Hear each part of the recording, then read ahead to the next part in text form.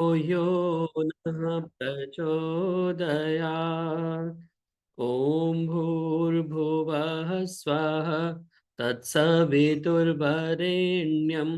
भर्गो देवस्य धीमहि धियो यो नः प्रचोदयात्। ॐ भूर्भुवः स्वः तत्सवितुर्वरेण्यं भर्गो देवस्य धीमहि धियो यो नः प्रचोदयात्। तूने हमें उत्पन्न किया, पालन कर रहा है तू। तुझसे ही पाते प्राण हम, दुखियों के कष्ट हरता है तू। तेरा महान तेज है, छाया हुआ सभी स्थान। सृष्टि की वस्तु वस्तु में हो रहा है विद्यमान। तेरा ही धरते ध्यान हम, मांगते तेरी दया। ईश्वर हमारी बुद्धि को श्रेष्ठ मार्ग पर चला।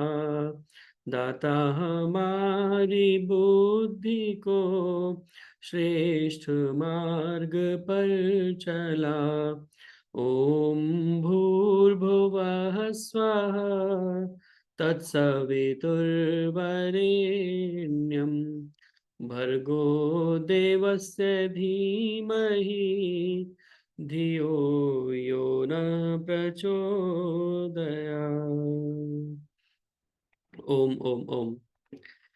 आर्य केंद्रीय सभा नगर निगम क्षेत्र फरीदाबाद के तत्वावधान में आयोजित सरल सत्संग में आप सभी का बहुत बहुत स्वागत और धन्यवाद ज्वाइन करने के लिए। यह कार्यक्रम प्रत्येक शुक्रवार को शाम 4 बजे से 5:30 बजे तक होता है और आप सभी लोग इस कार्यक्रम के साथ नियमित रूप से जुड़े हुए हैं। सभी का बहुत बहुत हार्दिक अभिनंदन, धन्यवाद, स्वागत। आइए आज के कार्यक्रम में भजनों की श्रृंखला को प्रारंभ करें और उसके पश्चात आज विशेष रूप से हमें उद्बोधन सुनने के लिए मिलेगा आदरणीय दर्शनाचार्य विमलेश बंसल जी का, और बहुत ही सुंदर विषय है सांख्य दर्शन के ऊपर। तो आइए भजनों की श्रृंखला को सर्वप्रथम प्रारंभ करें और मेरी प्रार्थना आदरणीय कौशल्या अरोड़ा जी से, कृपया आएं और अपना एक गीत रखें आदरणीय कौशल्या अरोड़ा जी, और इसके बाद में सुदर्शन चौधरी जी कृपया तैयार रहेंगे। हाँ जी, सबको नमस्ते। मेरी एक प्रभु भक्ति का भजन। क्यों करते हो तेरा मेरा कोई न साथ में जाएगा। ओम नाम को भज ले रे बंदे, अंत समय संग जाएगा, अंत समय संग जाएगा। पुण्य की गगरी खाली तेरी, पापों की गठरी भर लिए। छोड़ के ओम नाम को तूने रुपयों की माला जप लिए। कर्म की लाठी होगी हाथ में, कर्म की लाठी होगी हाथ में, सब कुछ यहीं रह जाएगा। ओम नाम को भज ले रे बंदे, अंत समय संग जाएगा। क्यों करते हो तेरा मेरा कोई न साथ में जाएगा। ओम नाम को भज ले रे बंदे, अंत समय संग जाएगा। मानव जीवन मिला तुझे, व्यर्थ में इसे गंवाता है। मोह माया के जंगल में तू क्यों इतना भटकाता है। अब भी वक्त संभल जा बंदे, अब भी वक्त संभल जा बंदे, बाद में तू पछताएगा, ओम नाम को भज ले रे बंदे, अंत समय संग जाएगा। भाई बंधु कुटुंब कबीला सब में उलझे रहते हो, ओम नाम आधार जीवन का, उससे दूर ही रहते हो। साथ न देगी जब काया, साथ न देगी जब काया, कोई न हाथ बढ़ाएगा। साथ न देगी जब काया, कोई न हाथ बढ़ाएगा। ओम नाम को भज ले रे बंदे, अंत समय संग जाएगा। क्यों करते हो तेरा मेरा, कोई न साथ में जाएगा। ओम नाम को भज ले रे बंदे, अंत समय संग जाएगा। अंत समय संग जाएगा। प्राण निकलने से पहले अपने हिसाब लगाएंगे, मिलने अर्चू कोई न आता, हिस्सा नाम कराएंगे। अपना ही लूटेगा तुझको, अपना ही लूटेगा तुझको, अपना आग लगाएगा। ओम नाम को भज ले रे बंदे, अंत समय संग जाएगा। क्यों करते हो तेरा मेरा, कोई न साथ में जाएगा। ओम नाम को भज ले रे बंदे, अंत समय संग जाएगा। अंत समय संग जाएगा। धन्यवाद जी समय देने के।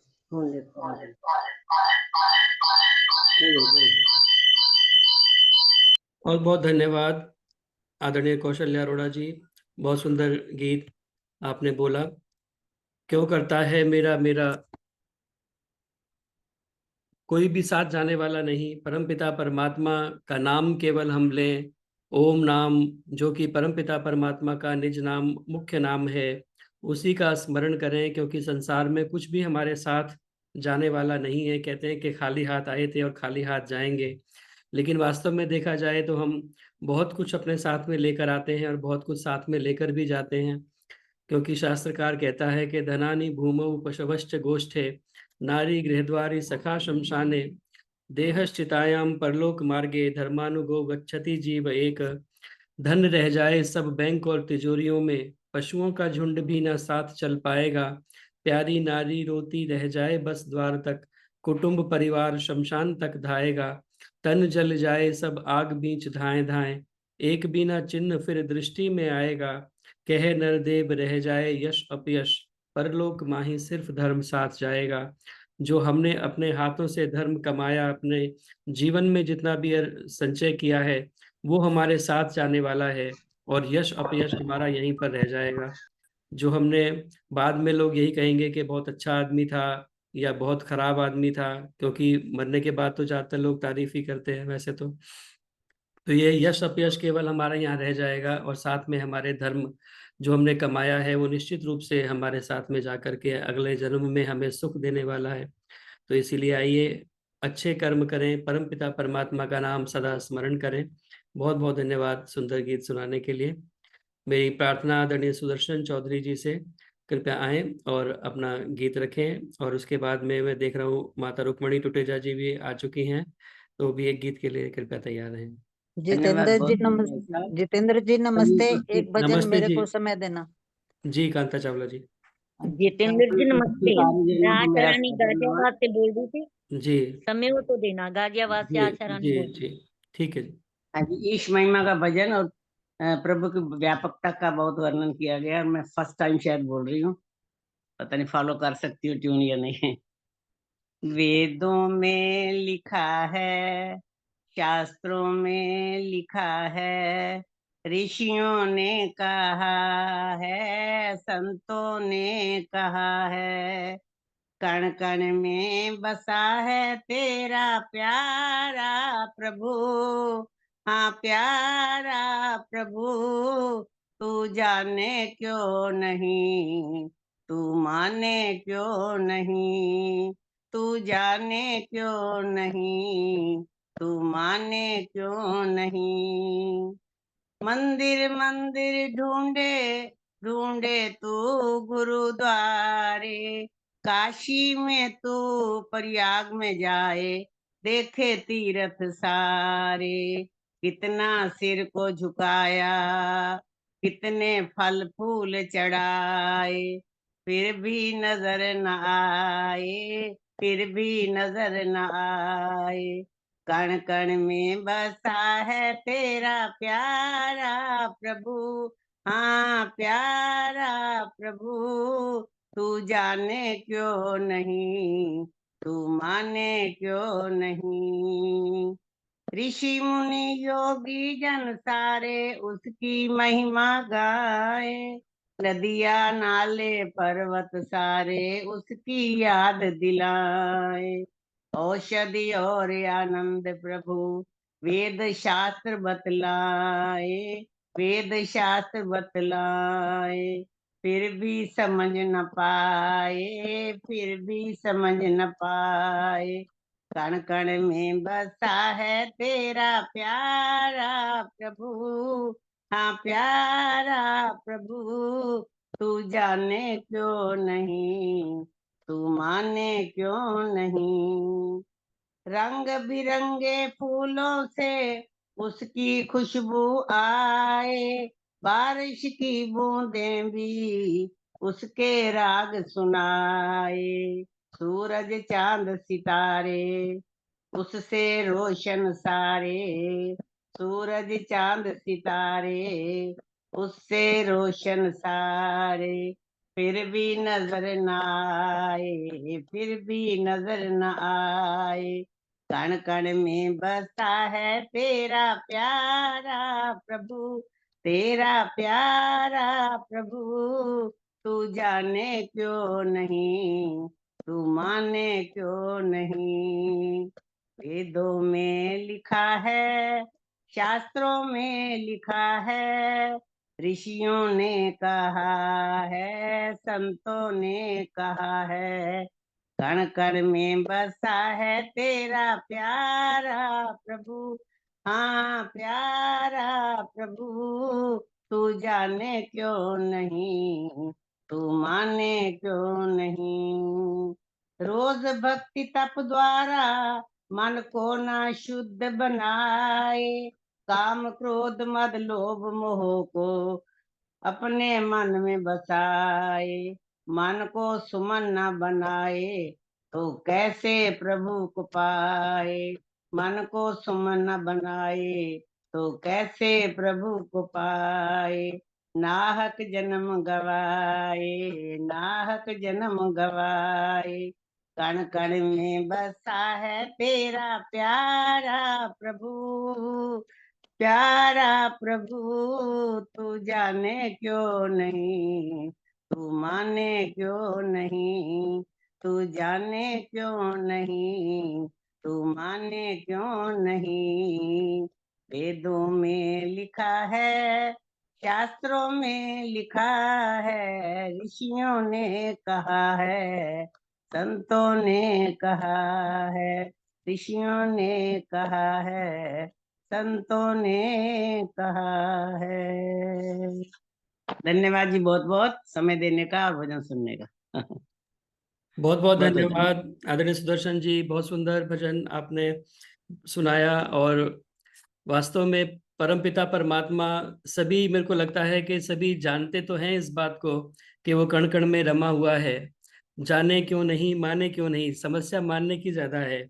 जानते तो सभी हैं कि परमात्मा संसार के कण कण में व्याप्त है, वेदों में लिखा है। और वेदों में कहाँ पर लिखा है, जो स्पष्ट मंत्र मिलता है, वैसे तो बहुत जगह पर इसको जो है निकाला जा सकता है, लेकिन जो विशेष करके यजुर्वेद के 40वें अध्याय का पहला मंत्र है, ईशावास्यम इदम सर्वम यत् किंच जगत्याम जगत, संसार का जितने भी पदार्थ हैं, यत् किंच जगत्याम जगत, इस चलायमान संसार में जो कुछ भी स्थित है, ईशावास्यम इदम सर्वम, यह सब ईशावास्यम परमात्मा के द्वारा वास्य है, अर्थात परमात्मा संसार के कण कण में व्याप्त है।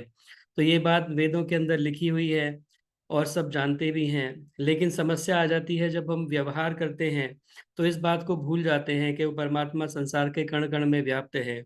यदि अपने मन में ये बात हम बैठा लें अच्छे प्रकार से और इसको मानना प्रारंभ कर दें कि संसार के कण कण में परमात्मा व्याप्त है, तो हम कभी भी कोई गलत काम नहीं करेंगे। हमसे कोई भी किसी भी प्रकार का गलत काम जो हम करते हैं तो हम चारों तरफ देख लेते हैं कि कहीं कोई देख तो नहीं रहा, लेकिन ये भूल जाते हैं कि परमात्मा तो कण कण में व्याप्त है, वो हमें हमेशा देख रहा है। सहस्त्र शीर्षा पुरुष, सहस्त्राक्ष सहस्त्रपाद, वह परम पिता परमात्मा हजारों नेत्रों वाला है, हजारों पैरों वाला है, कुछ आने जाने की आवश्यकता ही नहीं पड़ती उसे, क्योंकि वो सर्वव्यापक है। तो इसीलिए परम पिता परमात्मा को कण कण में व्याप्त मानना एक प्रकार से सारी समस्याओं का अंत कर सकता है, यदि हम इस बात को मानना प्रारंभ कर दें। तो बहुत सुंदर गीत आपने बोला, बहुत बहुत धन्यवाद सुंदर गीत सुनाने के लिए। मेरी प्रार्थना आदरणीय माता रुक्मणी टुटेजा जी से, कृपया आएं और अपना गीत रखें, और इसके बाद में उषा सूद जी अपनी एक रचना रखेंगे। रुक्मणी टुटेजा माता जी। नमस्ते, मेरी सबको नमस्ते। टाइम देने का बहुत बहुत धन्यवाद। आपकी जितनी तारीफ करूं कम है, जितना आशीर्वाद दूं कम है। इससे ज्यादा आप तरक्की करो। आज मैं बहुत खुश हो रही हूँ आपको देख के। हर भजन की व्याख्या ऐसे करते हो जैसे कुछ शब्द ही नहीं है मेरे पास आपकी तारीफ करने के। एक छोटा सा भजन बोलूंगी। प्रभु तू याद आता क्यों नहीं है, प्रभु तू याद आता क्यों नहीं है, मुझे अपनी बनाता क्यों नहीं है, मुझे अपनी बनाता क्यों नहीं है। मैं व्याकुल हूँ तुझे बैठी पुकारूं, मैं व्याकुल हूँ तुझे बैठी पुकारूं, ये व्याकुलता मिटाता क्यों नहीं है, ये व्याकुलता मिटाता क्यों नहीं है, प्रभु तू याद आता क्यों नहीं है, प्रभु तू याद आता क्यों नहीं है। तेरी फुलवारियां फूली महकती, तेरी फुलवारियां फूली महकती, चमन मेरा चमकाता क्यों नहीं है, प्रभु तू याद आता क्यों नहीं है, मुझे अपनी बनाता क्यों नहीं है। तेरी ज्योति जगे सारे जगत में, तेरी ज्योति जगे सारे जगत में, दिया मेरा जलाता क्यों नहीं है, दिया मेरा जलाता क्यों नहीं है प्रभु तू याद आता, क्यों नहीं है मुझे अपनी बनाता, क्यों नहीं है प्रभु तू याद आता, क्यों नहीं है। ओम ओम।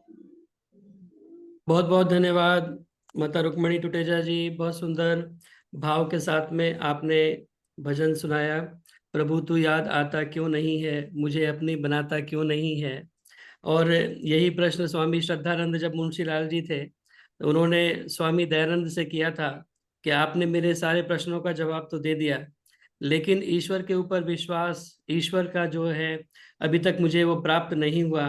तो महर्षि स्वामी दयानंद सरस्वती ने जो उनको बताया, कठोपनिषद का एक वाक्य बता करके उन्होंने कहा, नायम आत्मा प्रवचनेन लभ्यो न मेधया न बहुना श्रुतेन यमे वैश वृणुते तेन लभ्यस्तस्यैष आत्मा विवृणुते तनून स्वाम।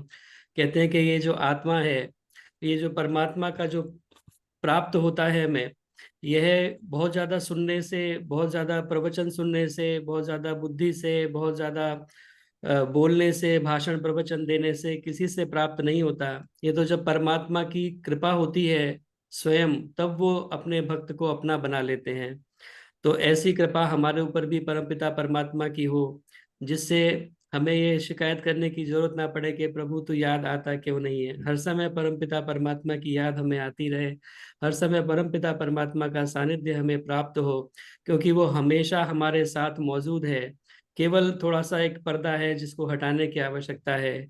ईश्वर सर्वभूतानां हृदय अर्जुन तिष्ठति, वह हमारे हृदय प्रदेश में हमेशा विराजमान है। लेकिन ये जो आवरण बीच में पड़ा हुआ है, वो आवरण हमें हटाने की आवश्यकता है। तो परमात्मा हमेशा दिल के आईने में है तस्वीर है यार, जब जरा गर्दन झुकाई देख ली, ऐसी स्थिति हमारी हो जाए कि जब चाहे उस परमपिता परमात्मा के दर्शन करने हो हमें, तो जब जरा गर्दन झुकाई देख ली, ऐसी स्थिति पैदा हो। परमपिता परमात्मा की कृपा हम सभी के ऊपर हो। बहुत बहुत धन्यवाद सुंदर भजन सुनाने के लिए। मेरी प्रार्थना, आदरणीय उषा सूद जी कृपया आए। और आज विशेष रूप से जो रचना सुनाने जा रही हैं, आज विश्व हिंदी दिवस है। 10 जनवरी को विश्व हिंदी दिवस के रूप में मनाया जाता है। तो आपको सभी को बहुत बहुत शुभकामनाएं विश्व हिंदी दिवस की। और हमें अपनी भाषा के ऊपर गौरव होना चाहिए, गर्व होना चाहिए। उसी से संबंधित एक रचना आदरणीय उषा सूद जी। जी। यतो यतः समीहसे ततो नो अभयं कुरु, शं नः कुरु प्रजाभ्याम् अभयं नः पशुभ्यः। आचार्य जी, मैं एक बात कहती हूँ। मैं अपना फोटो नहीं खींचा तो सभी नहीं याद है, मुझे याद ही नहीं आया अपना फोटो। जी बोलिए।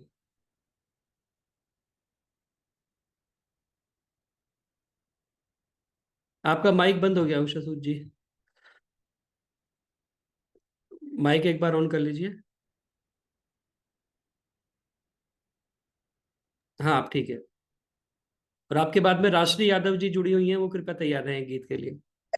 आचार्य जी, मेरी आवाज आ रही है? हाँ जी अब आ रही है जी। आचार्य जी, मैं प्रभु की कृपा तो मैं मानती हूँ कि जिस पर होती है, लेकिन आप पर है।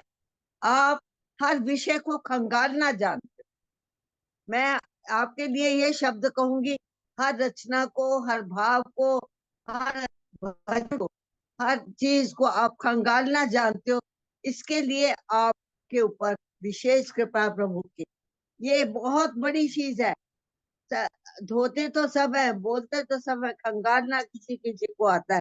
तो ये आपके लिए मैं ये कहती हूँ, और सच्चाई है कि आप खंगाल देते हो हमें। अब मैं एक छोटी सी कविता रखती हूँ। आज हिंदी दिवस है, हमारा कर्तव्य बनता है। दिल तो हमारे आज भी हिंदी में धड़कते, दिल तो हमारे आज भी हिंदी में धड़कते हैं, और सांसों में भी हिंदी की खुशबू, हिंदी की महक आती है, और विचार भी हिंदी में ही आते हैं। मन में विचार भी हिंदी में ही आते हैं। सपने कौन से इंग्लिश में आते हैं, सपने कौन से अंग्रेजी में आते हैं। प्यार का इजहार, प्यार का इजहार भी हम हिंदी में करते हैं। देखा जाए तो हिंदी दिवस की जरूरत तो नहीं, लेकिन हिंदी की जरूरत है, हिंदी की जरूरत है। दिल तो हमारे आज भी हिंदी में धड़कते हैं, दिल तो हमारे आज भी हिंदी में धड़कते हैं।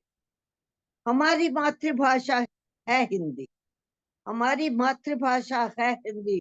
पुष्प की अभिलाषा है हिंदी, घोर निराशा में हो जब प्राणी, जीने की आशा है हिंदी। घोर निराशा में जब को प्राणी, जीने की आशा है हिंदी। दिल तो हमारे आज भी हिंदी में ही धड़कते हैं, सांसों में हिंदी की खुशबू है, सपने भी हिंदी के ही आते हैं, और प्यार का इजहार भी हिंदी में करते हैं। बच्चन की मधुशाला है हिंदी, मीरा का गोपाला है हिंदी, प्रसाद की कामायनी भी हिंदी, अमृत रस खान का रस का प्याला है हिंदी, रस का प्याला है हिंदी। सूरदास की चंदन में पानी है हिंदी, चंदन में पानी है हिंदी। महादेव के महादेवी के गीतों की रवानी है हिंदी। मीरा का सुंदर, मीरा के गीतों की सुंदर सहज आलाप है हिंदी। प्रेमचंद का गोदान है हिंदी, प्रेमचंद का गोदान है हिंदी। और चंद्रगुप्त के काल की भारती है हिंदी। सारे जहां से अच्छा, सारे जहां से अच्छा इकबाल है हिंदी, इकबाल है हिंदी। रसखान की रसखान का नंदलाला है हिंदी। मिश्रित मीठी भाषा है हिंदी, मिश्रित मीठी भाषा है हिंदी। दिल तो हमारे आज भी हिंदी में ही धड़कते हैं, सांसों में भी हिंदी की खुशबू आती है, विचार भी हिंदी में ही आते हैं, और सपने कौन से इंग्लिश में आते हैं, सपने भी हिंदी में आते हैं। प्यार का इजहार भी हिंदी में करते हैं, क्योंकि हम हिंदुस्तानी है हिंदी। हमारा सत्यार्थ प्रकाश भी है हिंदी, ऋषि का ग्रंथ भी है बहता प्रसाद हिंदी। युगवानी पंथ की बोलती है हिंदी। तारा पांडे की पुकार है हिंदी। सुभद्रा कुमारी के बिखरे मोती है हिंदी, बिखरे मोती है हिंदी। दिनकर की रसवंती बोले हिंदी, दिनकर की रसवंती बोले हिंदी। और जयश्री का पद्मावत भी हिंदी। मैत्री शरण का साकेत हिंदी। तुलसी के विनय पत्रिका की पदावली भी हिंदी, विनय पत्रिका की पदावली भी हिंदी। एक अंतिम पंक्तियां आचार्यवर, एक अनुपम वरदान है हिंदी, एक अनुपम वरदान है हिंदी। हिंदी साहित्य की जान, हिंदी साहित्य की जान है हिंदी। घर घर में गुलशन है हिंदी। परिंदों की उड़ान, हम परिंदे हैं भारत माँ के, परिंदों की उड़ान है हिंदी। और आपने जो मुझे खंगालना है वो भी आप खंगालेंगे हिंदी में। आपका धन्यवाद भी मैं हिंदी में करती हूँ। आपने समय दिया, धन्यवाद। बहुत बहुत धन्यवाद आदरणीय उषा सूद जी। बहुत सुंदर हिंदी के ऊपर आपने कविता सुनाई, और वास्तव में हमारे मन में विचार भी हिंदी में आते हैं, हम सोचते भी हिंदी में हैं, हमारी जो प्रतिक्रिया है प्रथम वो भी हिंदी में निकलती है। लेकिन कहीं ना कहीं अंग्रेजी ऐसी घर कर गई है, कहते हैं कि वो तमाम उम्र हिंदी के लिए मरते रहे, वो तमाम उम्र हिंदी के लिए मरते रहे, मगर उसका प्रचार अंग्रेजी में करते रहे। कहते थे बोलो हिंदी, छोड़ो अंग्रेजी ना बनो अंग्रेज, कहते थे छोड़ो अंग्रेजी ना बनो अंग्रेज, please speak in Hindi language. तो उसका प्रचार भी अंग्रेजी में इस प्रकार की एक भावना हमारी बन गई, लेकिन हिंदी हमारे मन में, हमारे हृदय के अंदर बसी हुई है और उसको हृदय में बसाना निश्चित रूप से आवश्यक है। तभी वास्तव में जो है हिंदी का प्रचार प्रसार हो पाएगा। इसीलिए सारस्वत मोहन मनीषी जी की कुछ पंक्तियां मुझे याद आ जाती हैं जब हिंदी की बात चलती है कि रानी पट रानी दासी के समान लगती है, जाने कब स्वर्णमयी प्रात फिर आएगी। रानी पट रानी दासी के समान लगती है, जाने कब स्वर्णमयी प्रात फिर आएगी। देवनागरी की गागरी भरेगी अमृत से, मृतक जनों में नव प्राण फूक जाएगी। देश की अनेकता को एकता में बांधने को, देख लेना हिंदी सही भूमिका निभाएगी। हिंदी की लगाए बिना बिंदी निज भाल पे ना, भारत माँ कभी भी सुहागिन कहाएगी। भारत माँ कभी भी सुहागिन कहाएगी। तो हिंदी को हमें अपनाना है, हिंदी को जन जन की भाषा बनाना है, हिंदी को घर घर तक पहुंचाना है। हमारी आन है हिंदी, हमारी शान है हिंदी, हमारी आत्मा हिंदी, हमारा प्राण है हिंदी। सरल भावों की अभिव्यक्ति हमें है गर्व हिंदी पर, हमारे देश की भाषा हमारा मान है हिंदी। बहुत बहुत धन्यवाद। सुंदर रचना आपने हिंदी दिवस के अवसर पर सुनाई। बहुत धन्यवाद आचार्य भाई, बहुत धन्यवाद। आइए आगे बढ़ते हुए मेरी प्रार्थना, आदरणीय राष्ट्रीय यादव जी हमारे मध्य उपस्थित हैं, उनसे प्रार्थना कृपया आए। वो भी अपने बहुत सारी रचनाएं स्वरचित वो बनाती हैं और उनके भजन बहुत ज्यादा लोग पसंद भी करते हैं और लोग भी गाते हैं। उनकी पुस्तक भी एक प्रकाशित हो चुकी है। वो कृपया आए और अपनी एक रचना सुनाएं, आदरणीय राष्ट्रीय यादव जी। और इसके बाद कांता चावला जी कृपया तैयार रहें। और सभी को सादर नमस्ते। और हिंदी दिवस की बधाई दूं तो कुछ उचित नहीं लग रहा है। और आप जब बोल रहे थे तो आपने बोला था कण कण में विराजमान है, तो मैंने कुछ लाइनें वही निकाली हैं। वैसे मैं कोशिश करती हूँ आजकल भजनों के बजाय कविताएं ज्यादा लिख रखी हूँ, क्योंकि 2-4 मंच मिले हुए हैं और फेसबुक पे आप देखेंगे कुछ सम्मानित पत्र भी हैं। तो आइए एक छोटी सी रचना कण कण में बसा हो। प्रभु जी तेरा भेद न जाने को, प्रभु जी तेरा भेद न जाने को,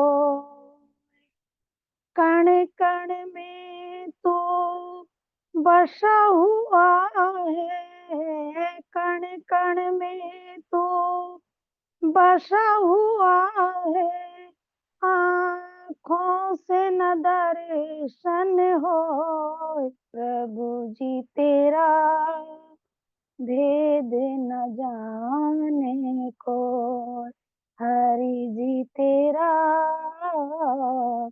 भेद न जाने को। ओम रट उमर गुजारी, ओम ओम रट उमर गुजारी, शब्दों की छोड़े तेज कटारी, शब्दों की छोड़े तेज कटारी, पावन वाणी सब को मोय, प्रभु जी तेरा भेद न जाने कोय, हरि जी तेरा भेद न जाने को।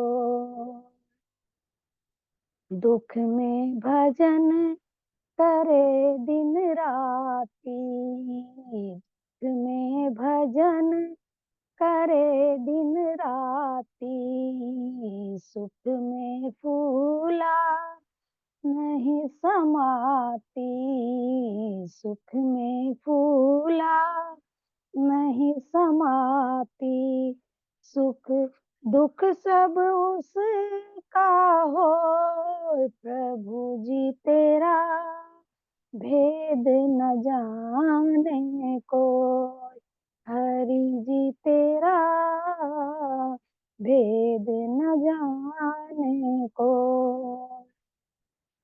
भेद भाव भरे हैं अंदर, भेद भाव भरे हैं अंदर, छल कपट छोड़े ना क्षण भर, छल कपट छोड़े ना छल भर, मन निर्मल कैसे हो, प्रभु जी तेरा भेद न जाने को, हरि जी तेरा भेद न जाने को।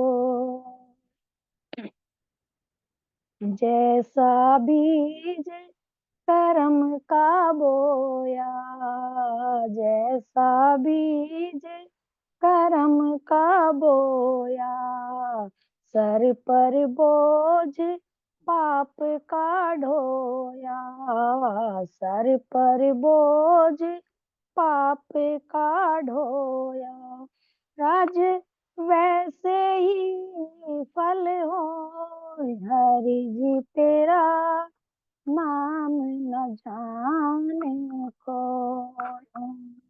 तेरा भेद न जाने को।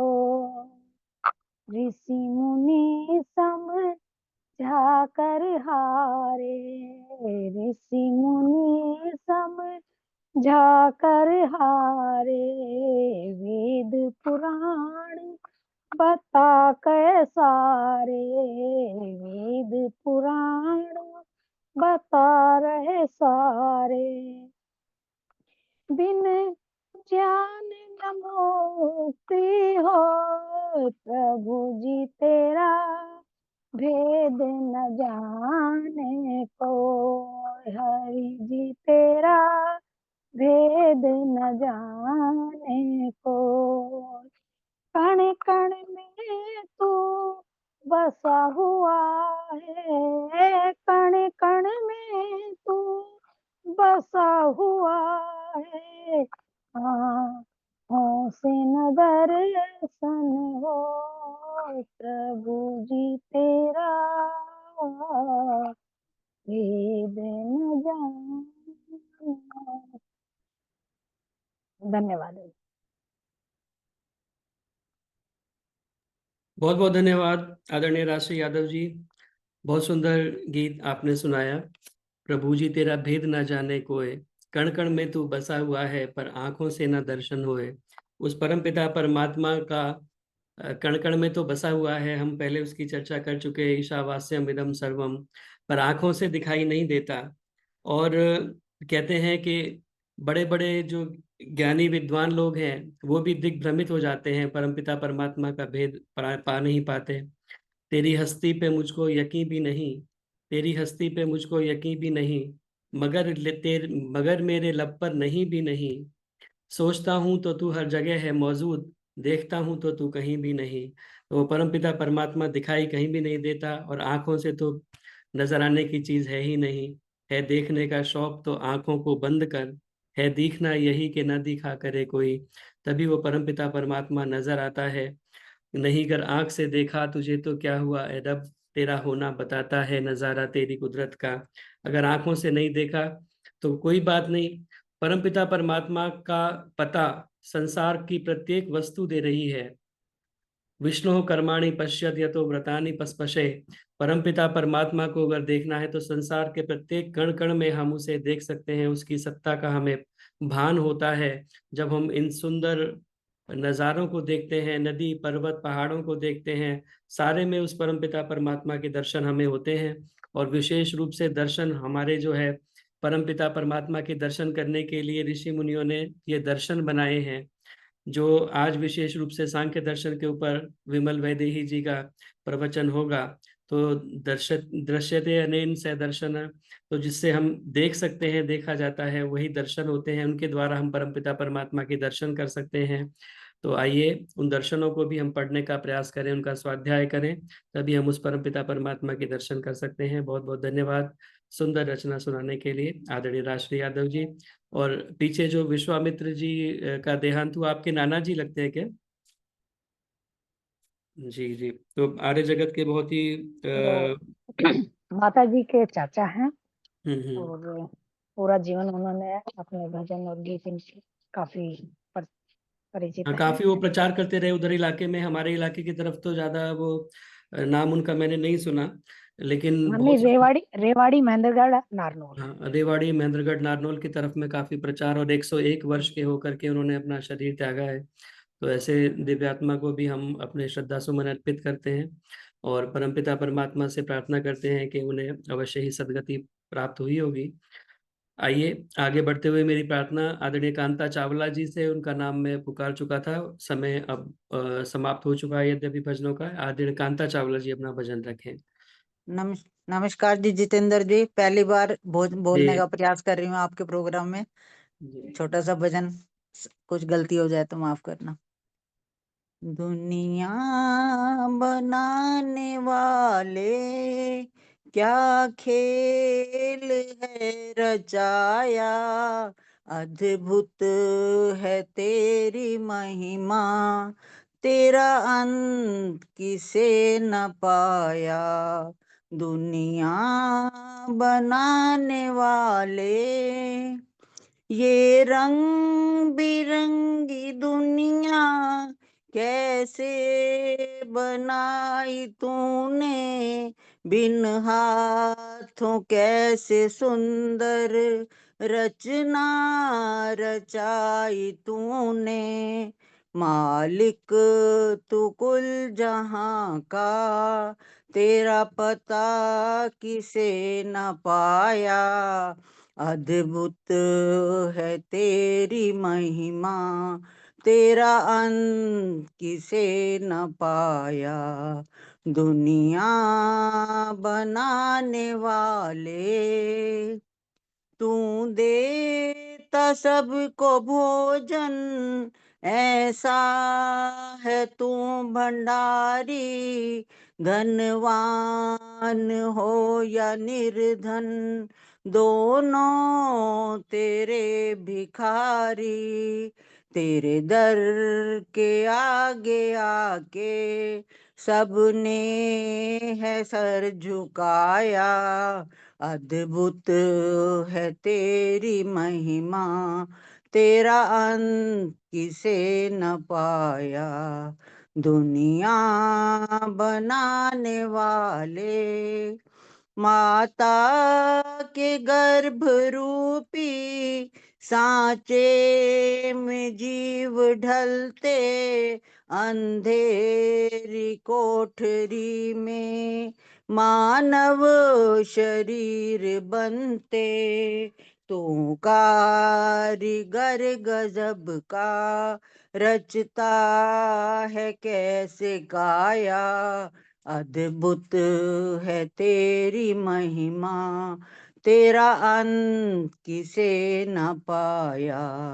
दुनिया बनाने वाले, आता कहाँ से प्राणी, जाता वो फिर कहाँ है, जाके न आए वापिस, हैरान कुल जहां है।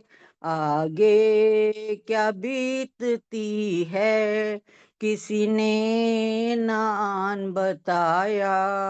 अद्भुत है तेरी महिमा, तेरा अंत किसे न पाया। दुनिया बनाने वाले, क्या खेल है रचाया।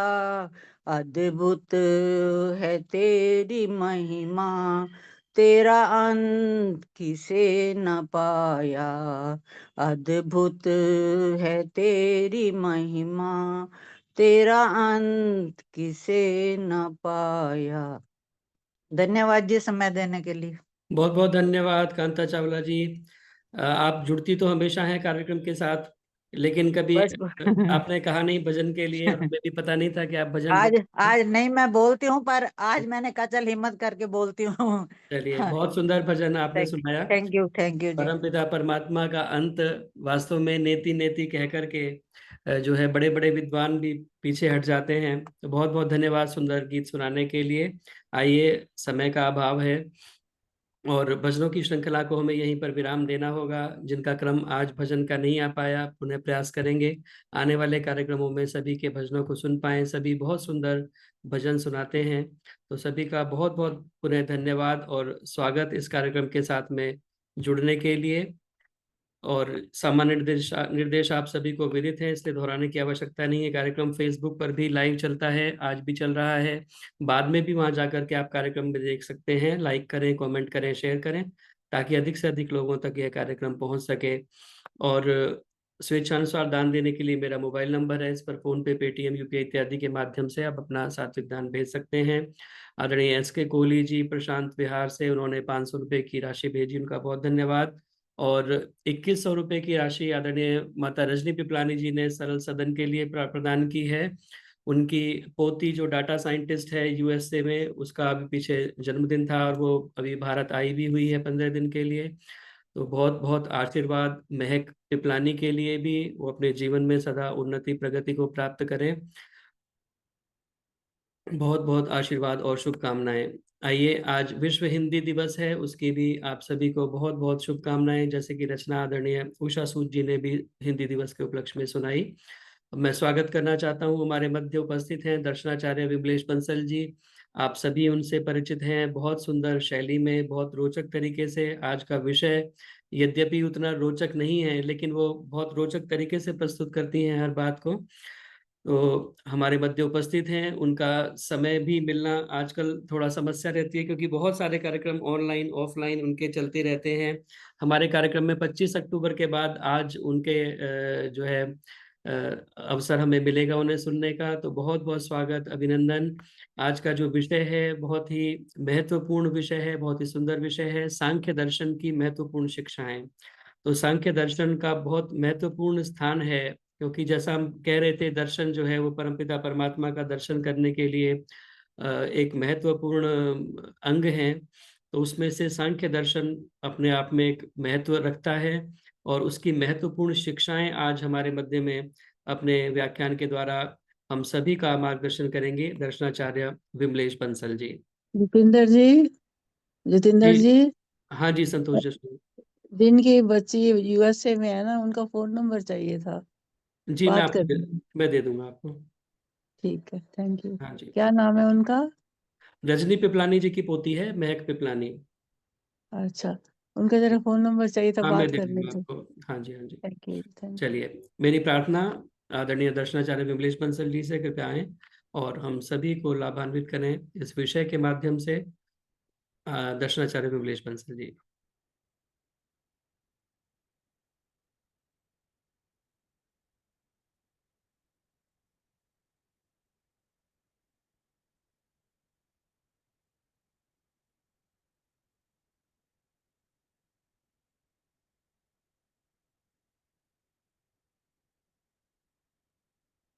आपका माइक बंद है अभी भी।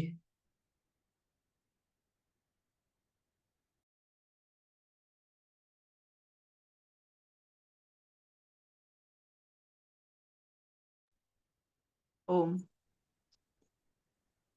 अब खुला है। ओ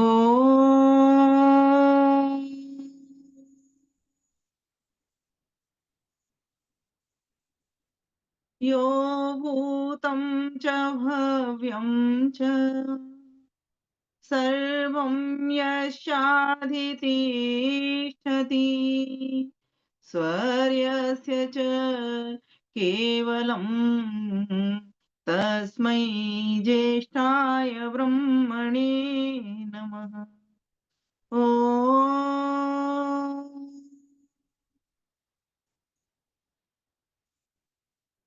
नमस्ते अस्तु आयते, नमो अस्तु परायते, नमस्ते प्राणतिष्ठत, आसीनायोत ते नमः।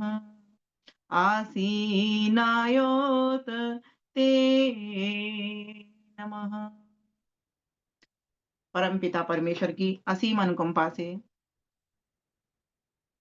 आर्य केंद्रीय सभा नगर निगम क्षेत्र फरीदाबाद से आपका यह जो कार्यक्रम है साप्ताहिक प्रति शुक्रवार अनवरत रूप से चल रहा है, कोरोना काल से चल रहा है। बहुत ही सुंदर मंच, बहुत अच्छे अच्छे विद्वानों को आप यहाँ पर अपने यहाँ बुलाते हैं। उसमें एक छोटी सी आहुति के रूप में भी मैं भी कभी कभी आपके समक्ष आ जाती हूँ। बहुत ही सुंदर कुशल संचालन और प्रबुद्ध संचालन कर रहे भाई जितेंद्र सरल जी। इस कार्यक्रम की अध्यक्षता करेंगी हमारी बहन आदरणीय उषा चितकारा जी। देश से विदेश से, अपने ही गांव से, नगर से, शहर से जुड़े हुए मेरे सभी भाइयों बहनों माताओं सभी को मैं हाथ जोड़ करके सादर सप्रेम नमस्ते कहती हूँ। बहुत सुंदर विषय है हमारे प्यारे भाई जी के समक्ष मुख से निकला। सांख्य दर्शन की महत्वपूर्ण शिक्षाएं। वास्तव में जैसा कि हम सभी जानते हैं, दृश्यते अनेन इति दर्शनः, जो देखा जाता है और सिर्फ देखा नहीं जाता, सुना जाता है, स्पर्श किया जाता है ना? स्पर्श किया जाता है, सुना जाता है, देखा जाता है, चखा जाता है, अनुभव में लाया जाता है, वो सब के सब दर्शन होता है। हम कहते हैं ना, ये तो मैंने कैसे पता लगाया, देख करके, छू करके, सुन करके। तो जो ज्ञान करा रहा है, जो ज्ञान दे रहा है, जो दर्शन करा रहा है, दिखा रहा है उस वस्तु मात्र को, वह सब दर्शन ही है। तो हमारे ऋषि मुनियों ने क्या किया, जो वेदों का ज्ञान था उसको सर्व सामान्य तक पहुंचाने के लिए और बहुत ही सरलता से पहुंचाने के लिए फॉर्म्स रूप में अर्थात सूत्र रूप में हमको दे दिया। छोटे छोटे फॉर्मूला, छोटे छोटे सूत्र, जिससे हर व्यक्ति इनको याद कर सके और इनसे अपना जीवन बना सके। सारा संसार दुख में ग्रसित है। हर प्रकार के दुख हर व्यक्ति को लगे हुए हैं। कोई भी व्यक्ति ये कह दे कि मैं दुखी नहीं हूं, तो मैं ऐसा नहीं मानती कि कोई भी व्यक्ति सुखी नहीं है पूरी तरह से। हाँ, किसी को अधिक सुख हो सकता है, कम दुख हो सकता है, लेकिन फिर भी वो ऐसा अपने मन से आकलन कर रहा है। लेकिन मैं ऐसा मानती हूं, दुख बहुत है, सुख कम है इस संसार में। अपने अच्छे मन के कारण, अपने स्वाध्याय के कारण, सत्संग के कारण, है ना, उच्च विचार के कारण, इंद्रिय जित के कारण वो अपने मन को ऐसा समझा लेता है कि मैं सुखी हूं, और वही विवेकी है। लेकिन संसार में हर सुख में तो दुख देखना ही पड़ेगा, क्योंकि जब तक आपके सामने समस्या नहीं होगी तब तक उसका समाधान भी नहीं होगा। समस्याओं को देखना सीखें, हर सुख में दुख देखना सीखें, और इस संसार को समझना सीखें। ये जो संसार है वो वास्तव में पूरा गुरु ही है हमारे लिए। प्रत्येक क्षण हमको संदेश दे रहा है, अनुभव करा रहा है, ज्ञान करा रहा है। ये जो आवागमन का चक्र है, आने जाने का, संयोग वियोग का जो चक्र है, या इसको कह सकते हैं जन्म मृत्यु का ये जो चक्र है, ये सब हमको समझा रहा है, दर्शन करा रहा है कि जो संसार है वो क्षणिक है। हर दर्शनकार ने, हमारे 6 दर्शन हैं, सभी ने अपने अपने ढंग से उन 3 तत्वों की व्याख्या की है। लोगों में ये भ्रम फैला हुआ है कि सांख्य दर्शन ने सिर्फ प्रकृति की ही बात कही है, लेकिन जब हम सांख्य दर्शन को पढ़ते हैं तो तीनों तत्वों की वहां पर सिद्धि होती है। ईश्वर के बारे में, प्रकृति के बारे में और जीवात्मा के बारे में, तीनों तत्वों की वहां पर बात आती है। बंध मोक्ष तो है ही वहां पर, लेकिन साथ ही साथ वहां पर तीनों तत्वों के बारे में चर्चा है। वहां बताया गया है, पहले हमेशा मोटी बात बताई जाती है। किसी को कुछ शिक्षा या उदाहरण दिया जा रहा हो, दृष्टांत दिया जा रहा हो, तो संसार का दिया जाता है। प्रकृति के बारे में बताया कि ये संसार कैसे बना, लेकिन साथ ये भी तो बताया कि इसका निर्माता ईश्वर है। आपको अनेकों ढेरों ऐसे 25 सूत्र लगभग उसमें सांख्य दर्शन में मिल जाएंगे, जो मेरा आकलन है, क्योंकि सांख्य दर्शन को कई बार रिवीजन किया है, कि कम से कम 25 सूत्र आपको ऐसे मिल जाएंगे जो कि ईश्वर संबंधी हैं। और उसमें भी इस पे स्पष्ट रूप से ये लिखा है, स ही सर्वविद सर्वकर्ता। अगर ये बात नहीं लिखी होती तो हम कैसे मानते कि उसमें ईश्वर की बात नहीं मान लेते। लोग कह रहे हैं कि सांख्य दर्शन में तो प्रकृति की बात है, सिर्फ प्रकृति के बारे में बताया कि ये संसार कैसे बना, लेकिन निर्माता के बारे में भी तो बताया है, जो सर्वज्ञ सर्वव्यापक है सर्वशक्तिमान है। स ही वह ही निश्चित से इस बात का निश्चय है, सर्वविद सर्वव्यापक है, सर्वज्ञ है, सर्वकर्ता सर्वशक्तिमान करता है वह ही। और उसी के साथ ये आपको मिलेगा तीसरे अध्याय के 56वां सूत्र मिलेगा शायद। और वहीं पर बगल में एक और साथ में कह दिया, ईदृशः ईश्वरः सिद्धि सिद्धा। तो 2 सूत्र तो मुझे जो मोटे मोटे अभी ध्यान में आया कि इस तरह से आपको ये सिद्ध कर रहे हैं कि ईश्वर ने ही ये सारा संसार बनाया हुआ है। लेकिन जब हम दर्शनों के पास जाएंगे तब तो हमें ये चीजें पता चलेगी। धन्य हो इस कोरोना का, इससे हानि हुई तो ये हमारे लिए वरदान भी होकर के आया, जिसने नाना विद्वानों को दर्शनाचार्यों को इस पर उतार दिया।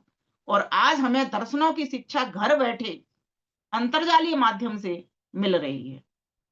जितने भी समझने वाली महिलाएं हैं या भाईजन हैं, वे सभी की सभी इसका लाभ उठा रहे हैं यूट्यूब चैनलों के माध्यम से या अंतर्जालीय पढ़ाई जो चलती है उसके माध्यम से।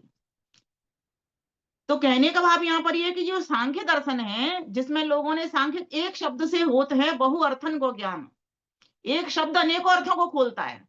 सांख्य का अर्थ संख्या भी है, क्योंकि 25 तत्वों का वहां विवेचन हुआ है संसार की 25 तत्वों का। और अगर छठवां और लगा लेते हैं तो आत्मा परमात्मा के 2 विभाग कर सकते हैं। जैसे 26 तत्व किस तरह से बता दिए वहां पर, तो वहां पर एक सूत्र आया है, सत्व रजस तमसाम साम्यावस्थे प्रकृति प्रकृतिर महान। मैं तो अहंकारात पंच तन्माणी उभयम इंद्रियम तन्मात्रेभ्य स्थूल भूतानि और पुरुषः पंचविंशति गणा इति, कुछ इस तरह से है, शायद मैंने लिखा भी था कहीं। तो कहा, कहने का भाव यहाँ पर यहाँ बताया उन्होंने कि सत्व रजस तमसाम 3 प्रकार के जो प्रकृति के धर्म है, सतोगुण रजोगुण और तमोगुण, ये प्रकृति का नाम है। ये जो संसार बनाया 25 तत्वों से बनाया। तो इसमें 3 तो ये प्रकृति के, अर्थात प्रकृति एक हो गई। फिर कहा प्रकृति महान, प्रकृति से क्या बनाया, बिग बैंग जिसको कहते हैं, महान महत, अर्थात महतत्व व्यवहार में बोलने के लिए बुद्धि बनाई। और फिर उसके बाद महतो अहंकारा, बुद्धि से क्या बनाया, अहंकार बनाया। फिर अहंकार के बाद में अहंकारात, अहंकार से पंच तन्मात्राणी उभयम इंद्रियम, 5 तन्मात्राएं क्या होती हैं, 5 विषय। 5 विषय कौन से होते हैं, रूप रस गंध स्पर्श और शब्द, ये 5 विषय।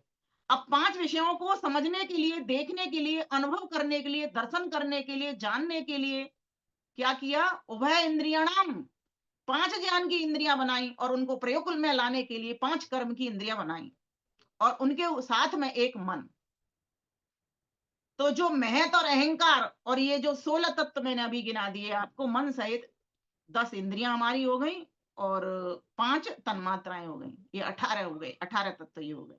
फिर तन्मात्रेभ्य स्थूल भूतानि, उन 5 तन्मात्राओं से, जो 5 तन्मात्राएं रूप रस गंध स्पर्श बनाए, इनके साथ ही साथ फिर ईश्वर ने क्या किया, स्थूल भूतों को भी बना दिया। हम सभी जानते हैं, चित जल पावक गगन समीरा, इसको इस तरह से भी कह सकते हैं, पृथ्वी जल अग्नि और वायु और आकाश, ये 5 स्थूल भूत बनाए। उसके बाद पुरुषः, और पुरुष का अर्थ 2 होते हैं, जैसे पुरुष पुरी शयनात इति पुरुषः, और पुरी शयनात, अगर ये जो पिंड लेंगे हम तो इस पुरी शयनात का मतलब क्या होगा, इस पिंड की पुरी में रहने वाला आत्मा है ना। और पुरी शयनात इति ब्रह्मांड के लिए लेंगे तो इस ब्रह्मांड पुरी में रहने वाला परमात्मा, समझ गए ना। तो ये इस तरह से हमारे 25 तत्वों से इस संसार को परमपिता परमेश्वर ने बना दिया। और 26वां तत्व प्रकृति, क्योंकि प्रकृति को भी मैंने जोड़ा नहीं है। तो ऐसे मिलाकर के अगर ईश्वर आत्मा 2 को एक मिला रहे हैं तो पूरे 26 तत्व है संसार के भीतर। तो 25 तत्वों की जो गणना की है, यहाँ पर ईश्वर को अभी हटा दिया गया है, इसलिए यहाँ 25 तत्वों का पंचविंशतिर्गण 25 तत्वों की यहाँ पर चर्चा आई है।